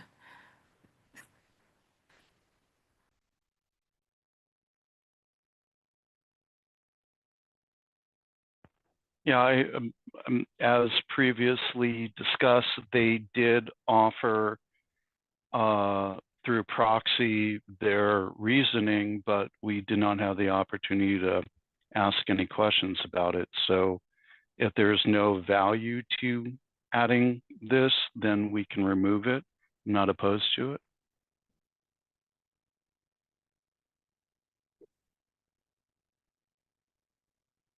Anyone feel strongly that we should keep this?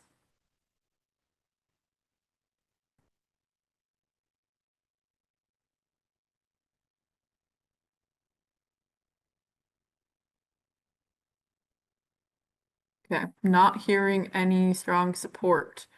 So not necessarily support, but I do think it's important. I think the only reason that we would want to keep something like this is to show that we did our due diligence in considering all aspects in preparation of this recommendation.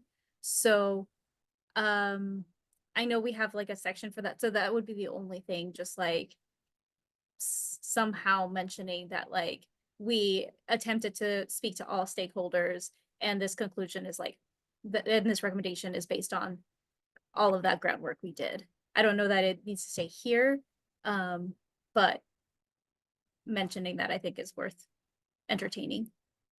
what about like a footnote Yeah, or we could put it in our references or whatever. Yeah. Yeah, I that's think that makes sense.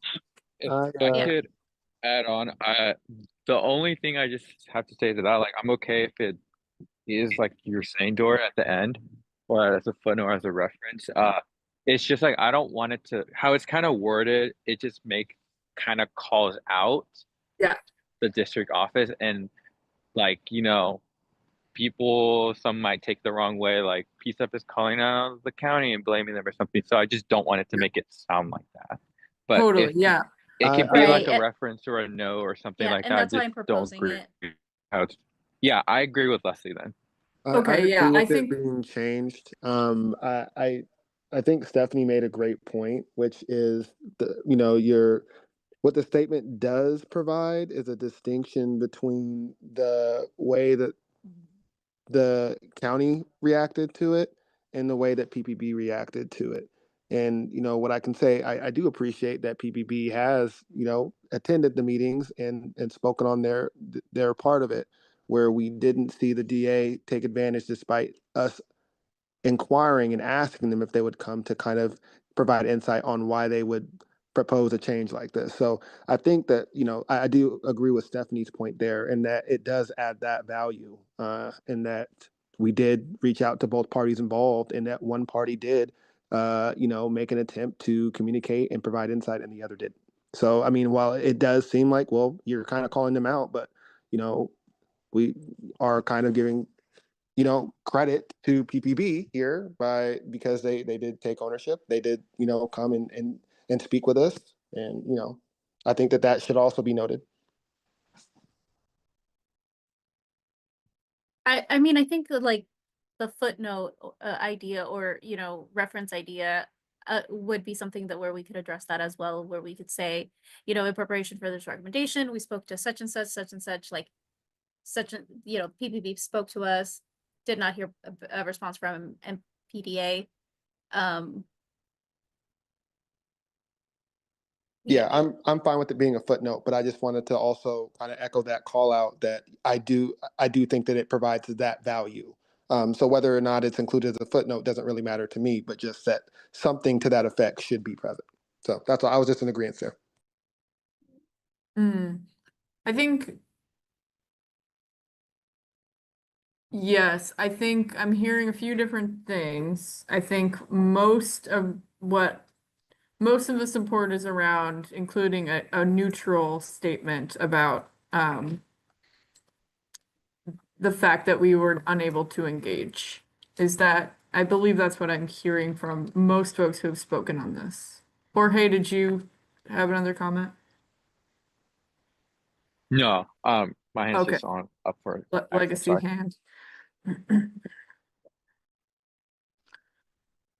They did also extend, the directive, public response date by like what was the 2 weeks or whatever it was, to allow us to, in response to, it being, raised as a concern. So I do think that, does speak to their willingness to consider how the public really felt about the directive, the proposed change. So I know that that's not necessarily neutral, but I think that it is pertinent. I think it's pertinent within our discussion, but I don't know that it makes like the recommendation. I don't know that it fits in the recommendation. Like it's pertinent to us and it's good for us to know that they're a willing partner. I don't see how it advances the the content of the recommendation. Yeah, I agree with Leslie. I don't see the point.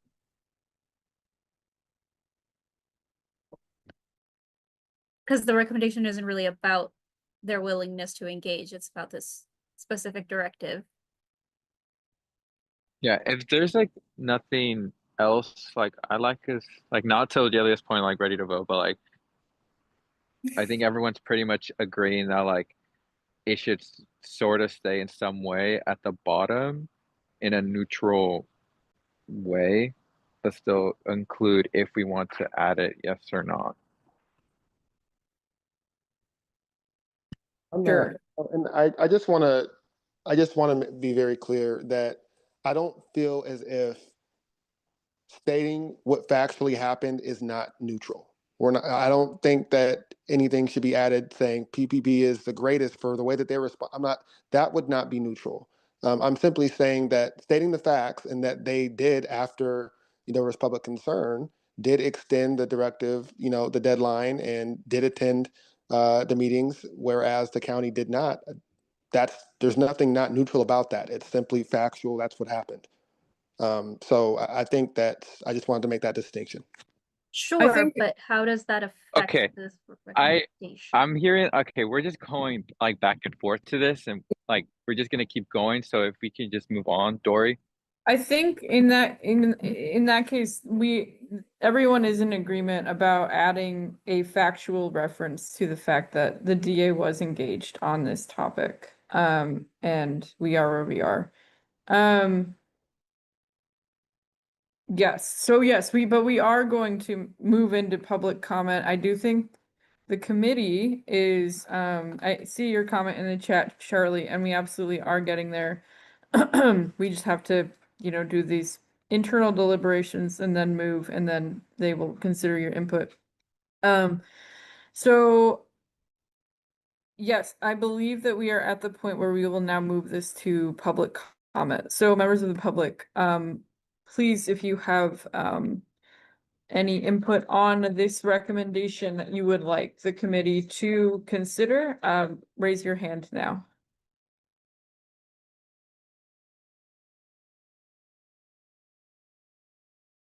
Go ahead, Barb. We're just doing comment on the letter, right? And not public comment? Am I in the right place? We'll do both, but yes. Okay, no, I wanted to know which I was counting on. I just put, I like a lot of things about the letters. I put in the comments just because y'all, when you're going back and forth about the DA's office, there's literally a DA that's elected. So that is a really political thing. And I realize you're not trying to call out the entire county, but the way you said that, somebody said it, oh, the county didn't respond. I want y'all to be really careful with things like that. Oh, my camera isn't on. And I also wanted to say, I don't want to convolute this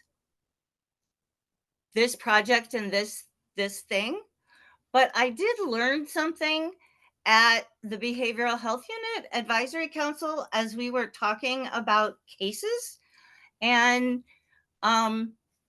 Brady evidence, whatever came up in regard to the police turning evidence over to the DA's office that would show that there was a pattern with the defendant of having contact with the behavioral health unit, or work, or that, that they're on sort of notice in that way, because that is something that can help a public defender defend a defendant. And I was trying to find out from Stephanie if there's an actual directive on that. Not that she knows everything, but so I'm fine that she doesn't. I'm going to try to find out if there's a directive or if it's just like a thing.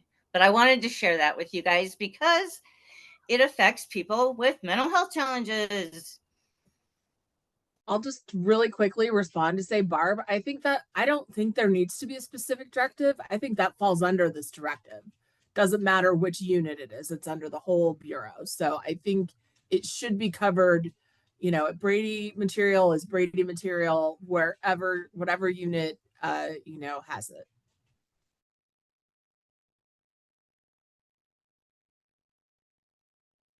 Okay. Thank you, Barb. Any other members of the public who have a question or comment about? Yes, Barbara?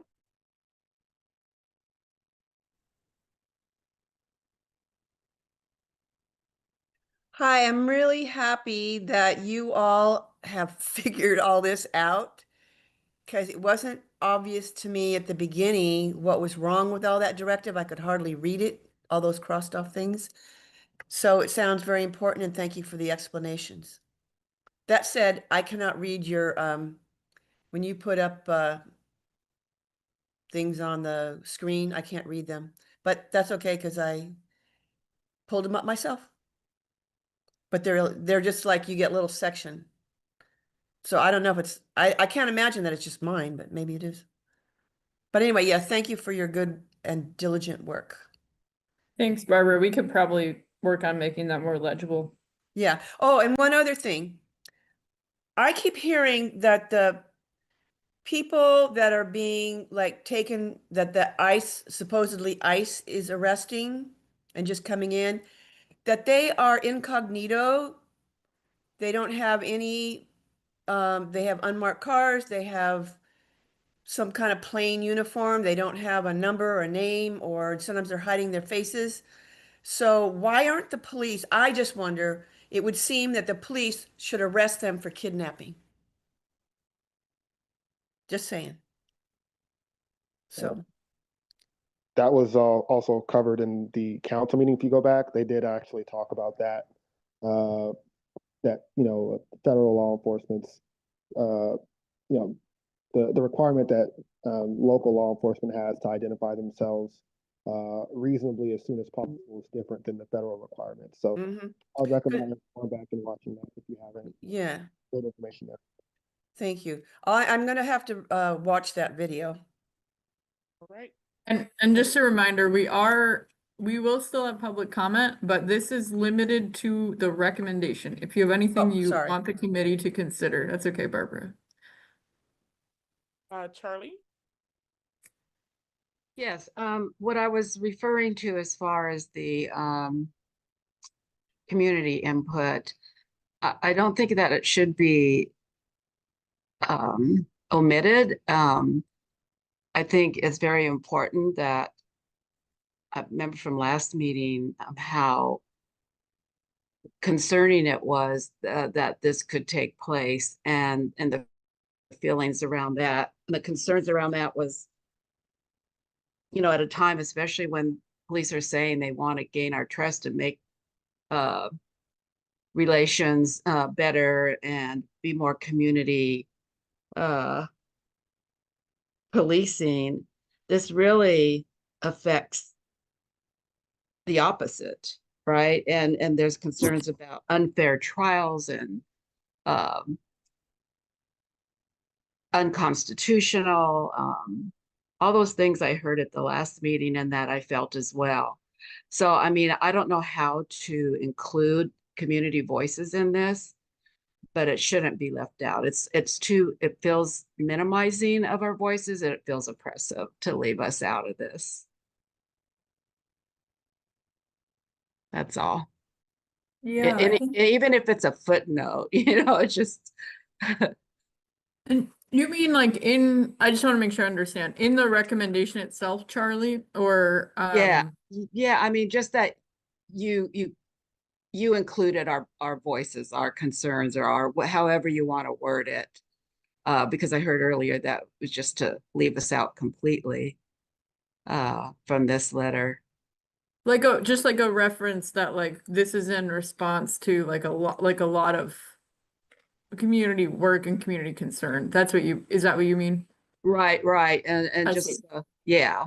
Okay, yeah. I think there's maybe one sentence about it, but perhaps that is something that the committee can discuss briefly after this. Thank you for that. Thanks. Go ahead, Barb. Yeah, wherever we're at I'm pointing to my computer, in the letter, it starts to talk about community members. And I don't know if this starts with this is a recommendation from PCCEP, because I didn't like the old form that you guys used, but it had useful questions on it, including how was the community engaged in the process.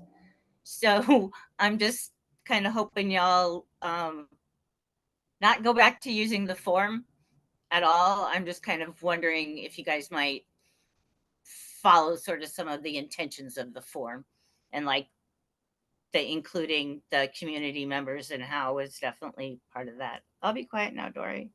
You're doing a great job. No, you're fine, Barb. Thank you for that. Any other questions or comments for this recommendation from the public? Okay. I turn it back over to you, Adelia. Go ahead, Jorge. Yeah, thanks, Dory.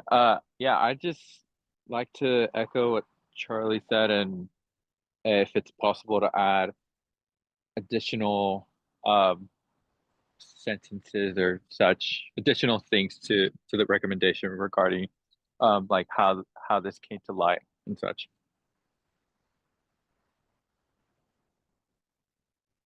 Thank you, Jorge. That is a great point. If we could scroll down, or no, we're in the right spot. So here we are. Can I ask one additional thing? Yep.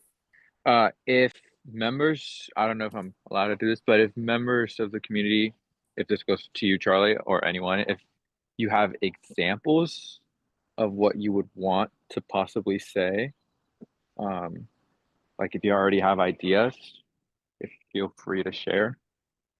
I don't know if that's okay. I'm looking at Doria or Delia. Yeah, of course. Yeah. Community members are free to suggest language as well. Awesome. This is Charlie. I'd have to think about that and email it to you. Thanks, Yeah. Lori.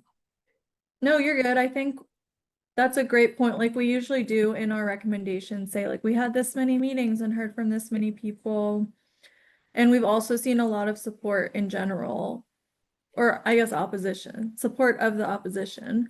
Does this sentence begin to feel like it's kind of representing that more? The sentence above it does say 250 Portlanders. So that is in reference to people who submitted public comment about to the PPB directly about the review. So I guess I think we should also reference like folks who have come to our meetings too. Okay, thank you. Go ahead, Viva. I'm actually looking at the beginning of that paragraph. It talks about how PCCEP has heard from numerous community members who are concerned about the proposed changes. And then the sentence at the end is now kind of feeling like right. a repetition versus an extension. I wonder if it might be as simple as moving the sentence at the end up to be a part of that. But it seems like we're introducing the community members in the very beginning of the paragraph, and then kind of, yeah, it was kind of confusing. That's a good point. That's what I was about to say. So yeah, we Maybe a more did general. reference it, but it could have been more direct. So Yeah.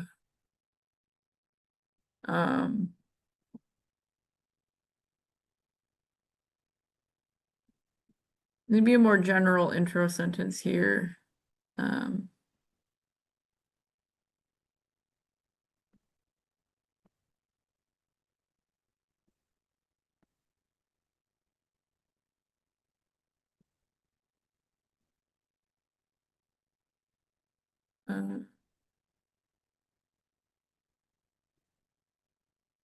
Something.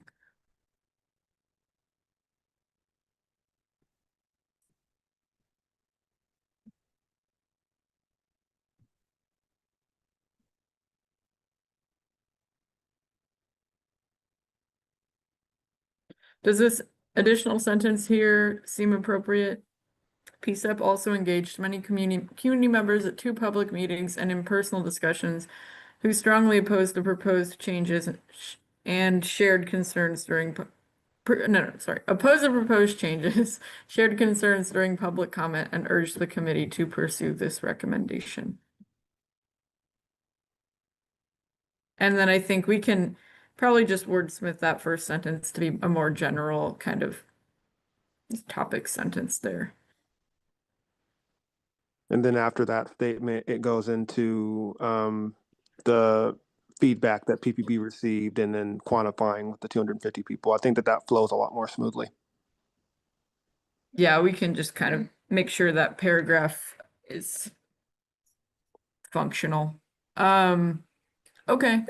Anything else that came up in public comment that you all want to address? Pat also gave another idea of how to word that.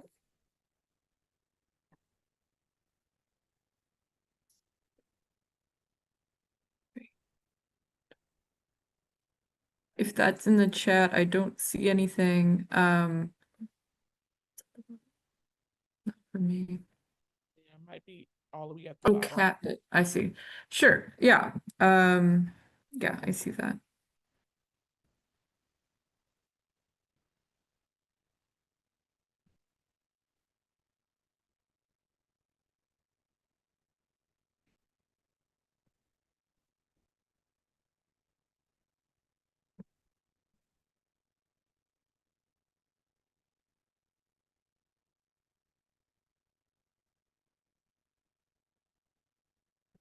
Yeah, we could split that to be at the beginning of the paragraph. We can edit that afterwards. Anything else? There was something that I thought Carrie had mentioned in something she said earlier about the first paragraph. But are we good to move on from the, well, so Yeah, we'll figure this part out. Carrie, I think about like adding about like, or do you want to just share? Sure. I was referring to the fact that we don't mention in the summary paragraph the concern that we have about the police are now making the decision about what's considered credible evidence. And it's there's no criteria defined about how that's made, and there is an additional burden. But the next paragraph addresses the additional burden.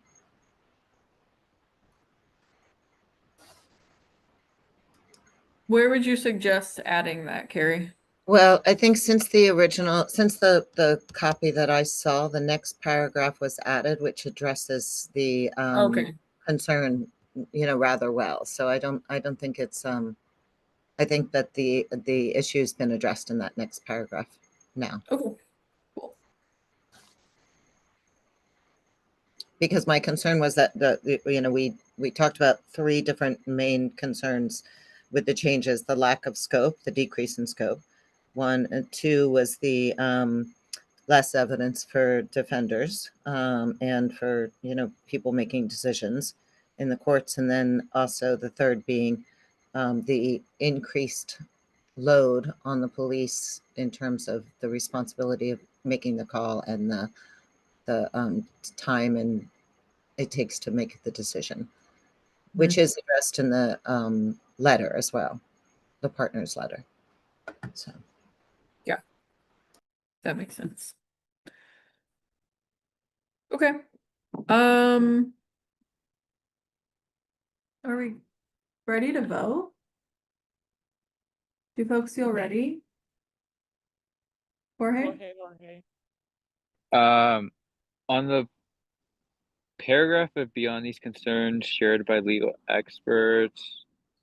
Wait, I'm like reading this because it sounds weird. Wait, beyond these concerns shared by legal experts, it is clear that this topic is something Ashley Lancaster. Is there like? Yeah, it's not. That just needs to be surgeried together. Okay. I was Yes. just curious because I was like, I don't know if someone was still writing something and they just forgot. No, I will fix that. I think I have a clear understanding of what you would like to see reflected there.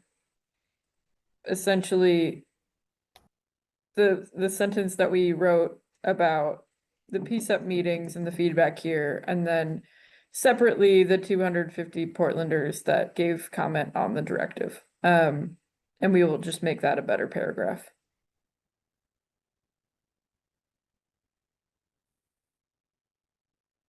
Does anyone want to move to a vote? Barb, did you have a question? I can't move for a vote, so that's not why my hand was up. Yeah. I was just gonna call attention to the fact that there's a number of things in the chat, and I'm not sure if that needs to be read out to be included in what you guys are doing. It's not super easy to follow it for somebody that's just seeing it for the first time, but you guys are doing an awesome job. It seems like there's some good stuff in the chat, and I just want to make sure that you guys don't miss it. How about that? Excellent. Thank you, Barb. Devontae? I know we talked about that part being added as a footnote, but are we going to vote prior to, I guess, knowing what that looks like? Or Yeah, I sort of, yeah, I agree with Devontae on that. The question about the DA reference being added as a footnote or not? well, about what exactly, because there was a lot of disagreement about what that footnote should even look like, and I think that that's extremely important. For me, I was more in the like, just kind of like, I kind of want this to be sort of like this, like kind of written already, so it's like done and it doesn't need any more like editing or change. Because I don't want to be like vote on something and then like it gets changed later. Because you just said, Dora, that you were gonna like kind of edit it to make it look perfect and such. Yes. What she was saying was just like the placement of, we added that sentence at the end and then like putting it where it goes to make sure that it's not choppy, not necessarily adding it, new stuff, but just the reorganization of that paragraph is what she was talking about. Okay. And to clarify, I feel like our process usually goes this way where like we're not, as long as we can agree that the words all are conveying the same thing and we agree with like what edits should be made, usually like final edits are done afterwards. So I don't know if that's just the way it is because we don't have time to like wordsmith everything, but I No, think yeah, that makes sense now. Thanks. We can draft a sentence about PCCEP reached out to the DA's office or for comment. I mean, it can be, what if anyone has a suggestion on the fly. Maybe something like, in preparation for this recommendation, PCCEP reached out to the following, organizations or entities, and then list them, and then comma, responded or not responded, or something like that. It was really just the DA's office, so it would be a list of one. And I think that, in that, right, we're saying that the DA's office did not respond, and I think that we should note that PPB did respond. Well, I think it's clear that it will be clear that PPB responded. They will be in the resources for this meeting, including having been present, like in the meeting recordings that we reference. Yeah, So I think, well, and once again, if I'm wrong, I'm wrong, but I feel like outside of that, it's like those were the two entities that worked together on this directive change. And so when you're saying that we reached out to the DA's office for, additional insight and that they declined, but PPP did as the other party that was responsible, I think that there's value in that. But I'll leave it alone. do folks want to mention PPB's participation in these discussions? I honestly thought we had a longer list of folks that we were gonna list out, where we, could kind of do like a bullet list, like, MCDA, PPB, PPA, like whoever we reached out to for comment, and then note their engagement or not. But yeah, that's true. We didn't really reach out to PPA. I think the difference is that, yes, we should note those parties' participation, such as MPD, and and whoever else we did refer to or ask, but specifically the DA's office and PPB were the parties behind the directive change. So I feel like that is separate than just general, hey, we talked to PPB, hey, we talked to we asked to talk to the DA. Those two specifically, I think, are of greater importance because they were the ones behind the change.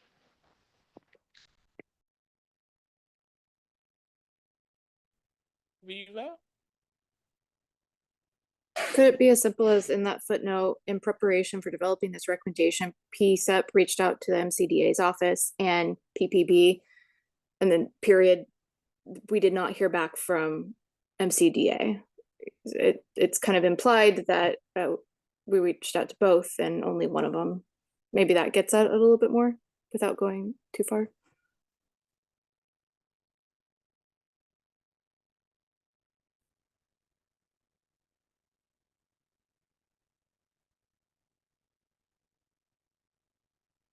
Same Yeah. sentence, only PPB responded. I like the way it's written right now.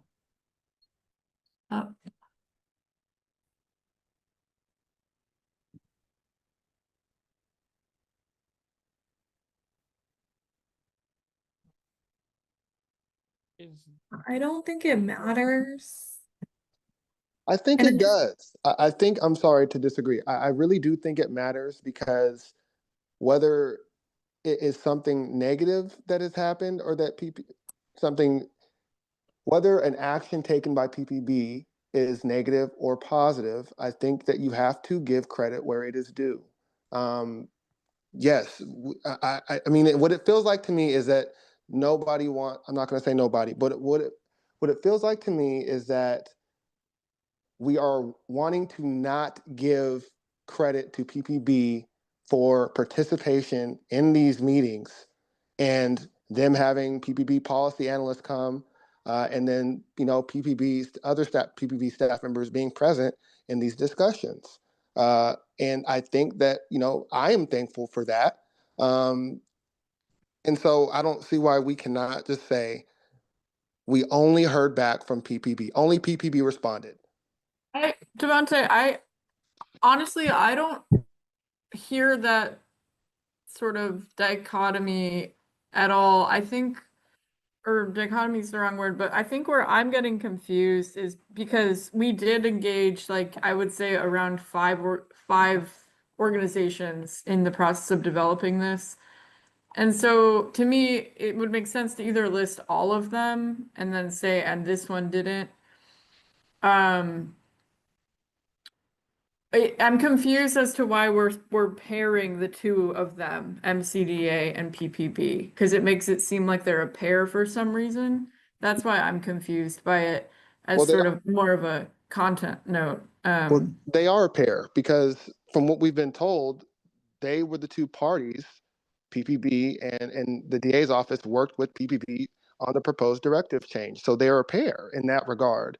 Now, I think that's separate than saying these are all the parties that, gave insight on this proposed change versus this additional sentence. And this is why I personally felt like it shouldn't have been a footnote. It should have been somewhere in the body of the recommendation. But everyone decided to relegate it to a footnote. But I think what I'm trying to highlight and emphasize is different than just saying these are all the people that we talked to, specifically out of the two parties responsible for the proposed change. PPB did respond and give insight, and CDA did not.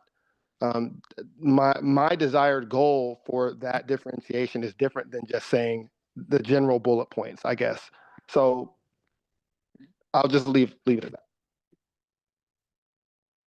I guess how I view it is like PPBs at all of our meetings. We're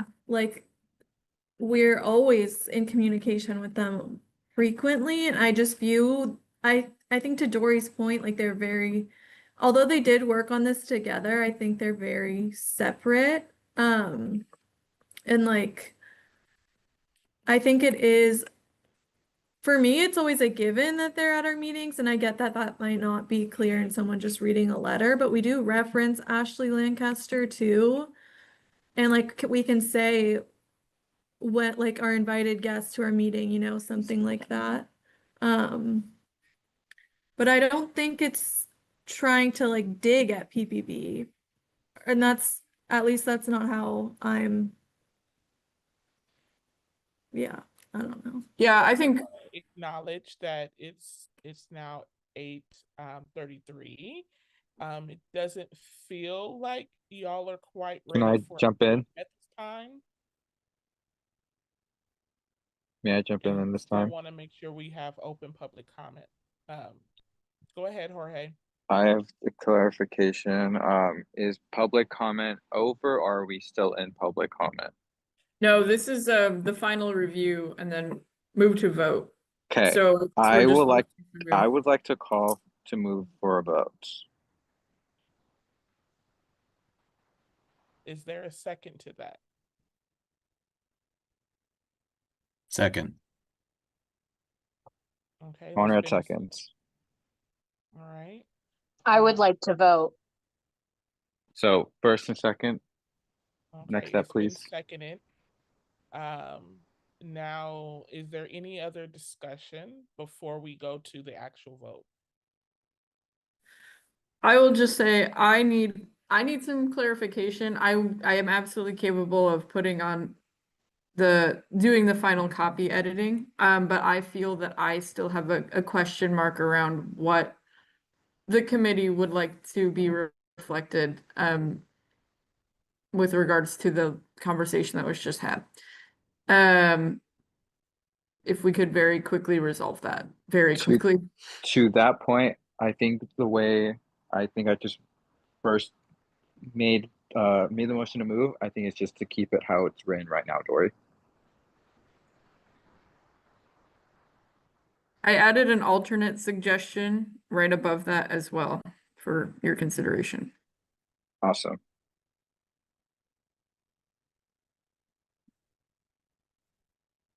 I don't hear anything else, so I think we could go move on. Rita? Dory wrote. I much prefer what Dory wrote. Personally. The new edition. Is that the stuff on top of the footnote? I'm sorry, I'm just trying to follow along. In the course of developing this Got it. recommendation. Thank you.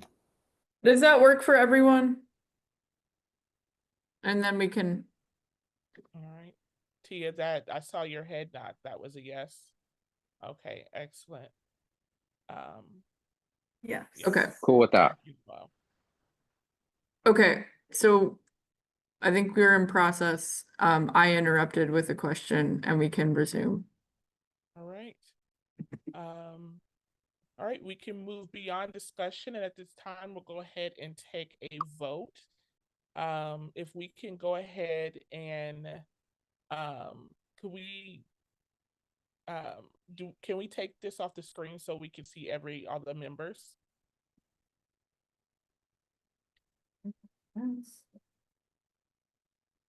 All right.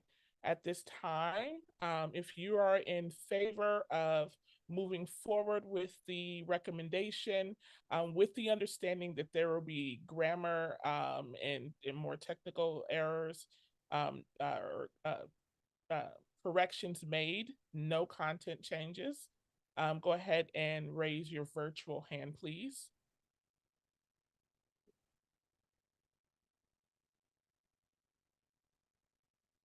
All right. Are there anyone? Thank you all. Go ahead and lower your hands. Is that unanimous? Yes. Excellent.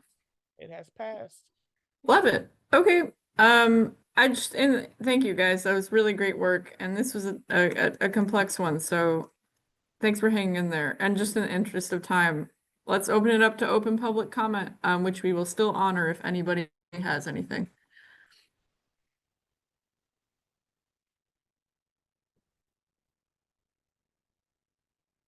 Go ahead, Barb. So a couple of things real quick.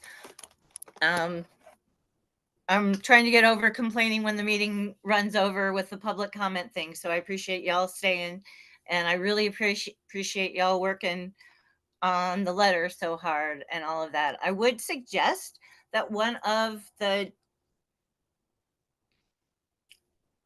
jobs / responsibilities, something that can go off to maybe some of your co-chairs or a secretary or something, if you elect to have one at some point, would be to have a PCEP member read the very final draft of something that's being sent out, so that it's not city staff that have the last fingers touching the keyboards. And it's nothing against Dory, because I know she's done a great job.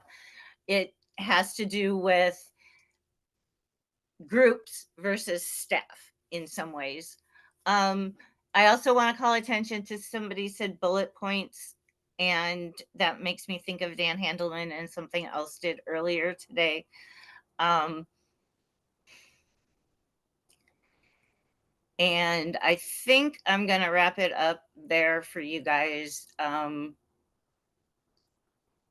glad you guys included public comment before you guys finished the letter. I'm really grateful for that too. And I did have a question because I missed introductions. Is your new person here? So we Audio issues. Yes, our prospective appointee is in attendance at the moment. But we are now in this new council world. I where know, you- I messed up. I know exactly where it Yes. is. I watched the thing. Okay. Yes. Welcome. Anyway, I'm done. Yes. Biting Yeah, my tongue now. we're happy to have her. Okay.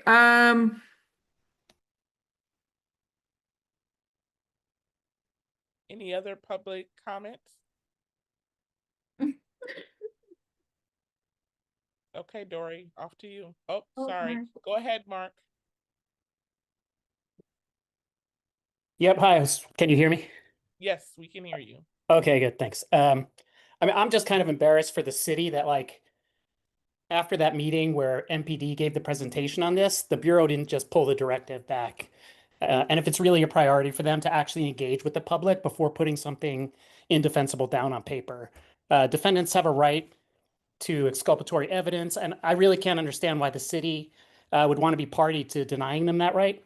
I kind of wanted to point out also that last time PBB sent Deputy Chief Jovic. This time we have Assistant Chief McMillan. I think Heidi Brown was here for the bulk of the discussion last time. And now we have Lisa Rogers. And it just feels like this lack of continuity is kind of by design. And then just going back to the beginning of this meeting, when the discussion was around crowd control and rubber ball distraction devices, I just wanted to remind folks that it was just last month that City Council approved that $375,000 settlement from Detective Eric Kember firing that exact munition, the rubber ball distraction device, at a protester. So that is pretty recent history. And I just wanted to make sure that folks remember that. Thanks. Thank you, Mark. Okay. Turn it to you, Dory, excuse me. Yeah, I mean, I think let's wrap it up super quick, to respect the time we have already infringed on, but that's it. And there's a policy and reform subcommittee meeting, not next week, but the week after. So thank you guys, great work tonight. We will work on, polishing up a final version, and we will send this and the MPD's letter to the chief of police and the mayor. And so we will let you know when that gets sent out, and send you a version before. So thank you all so much. And we'll be in touch and see you at the next meeting. Have a great night. Thank you, everyone. Good night, y'all. Thanks a lot.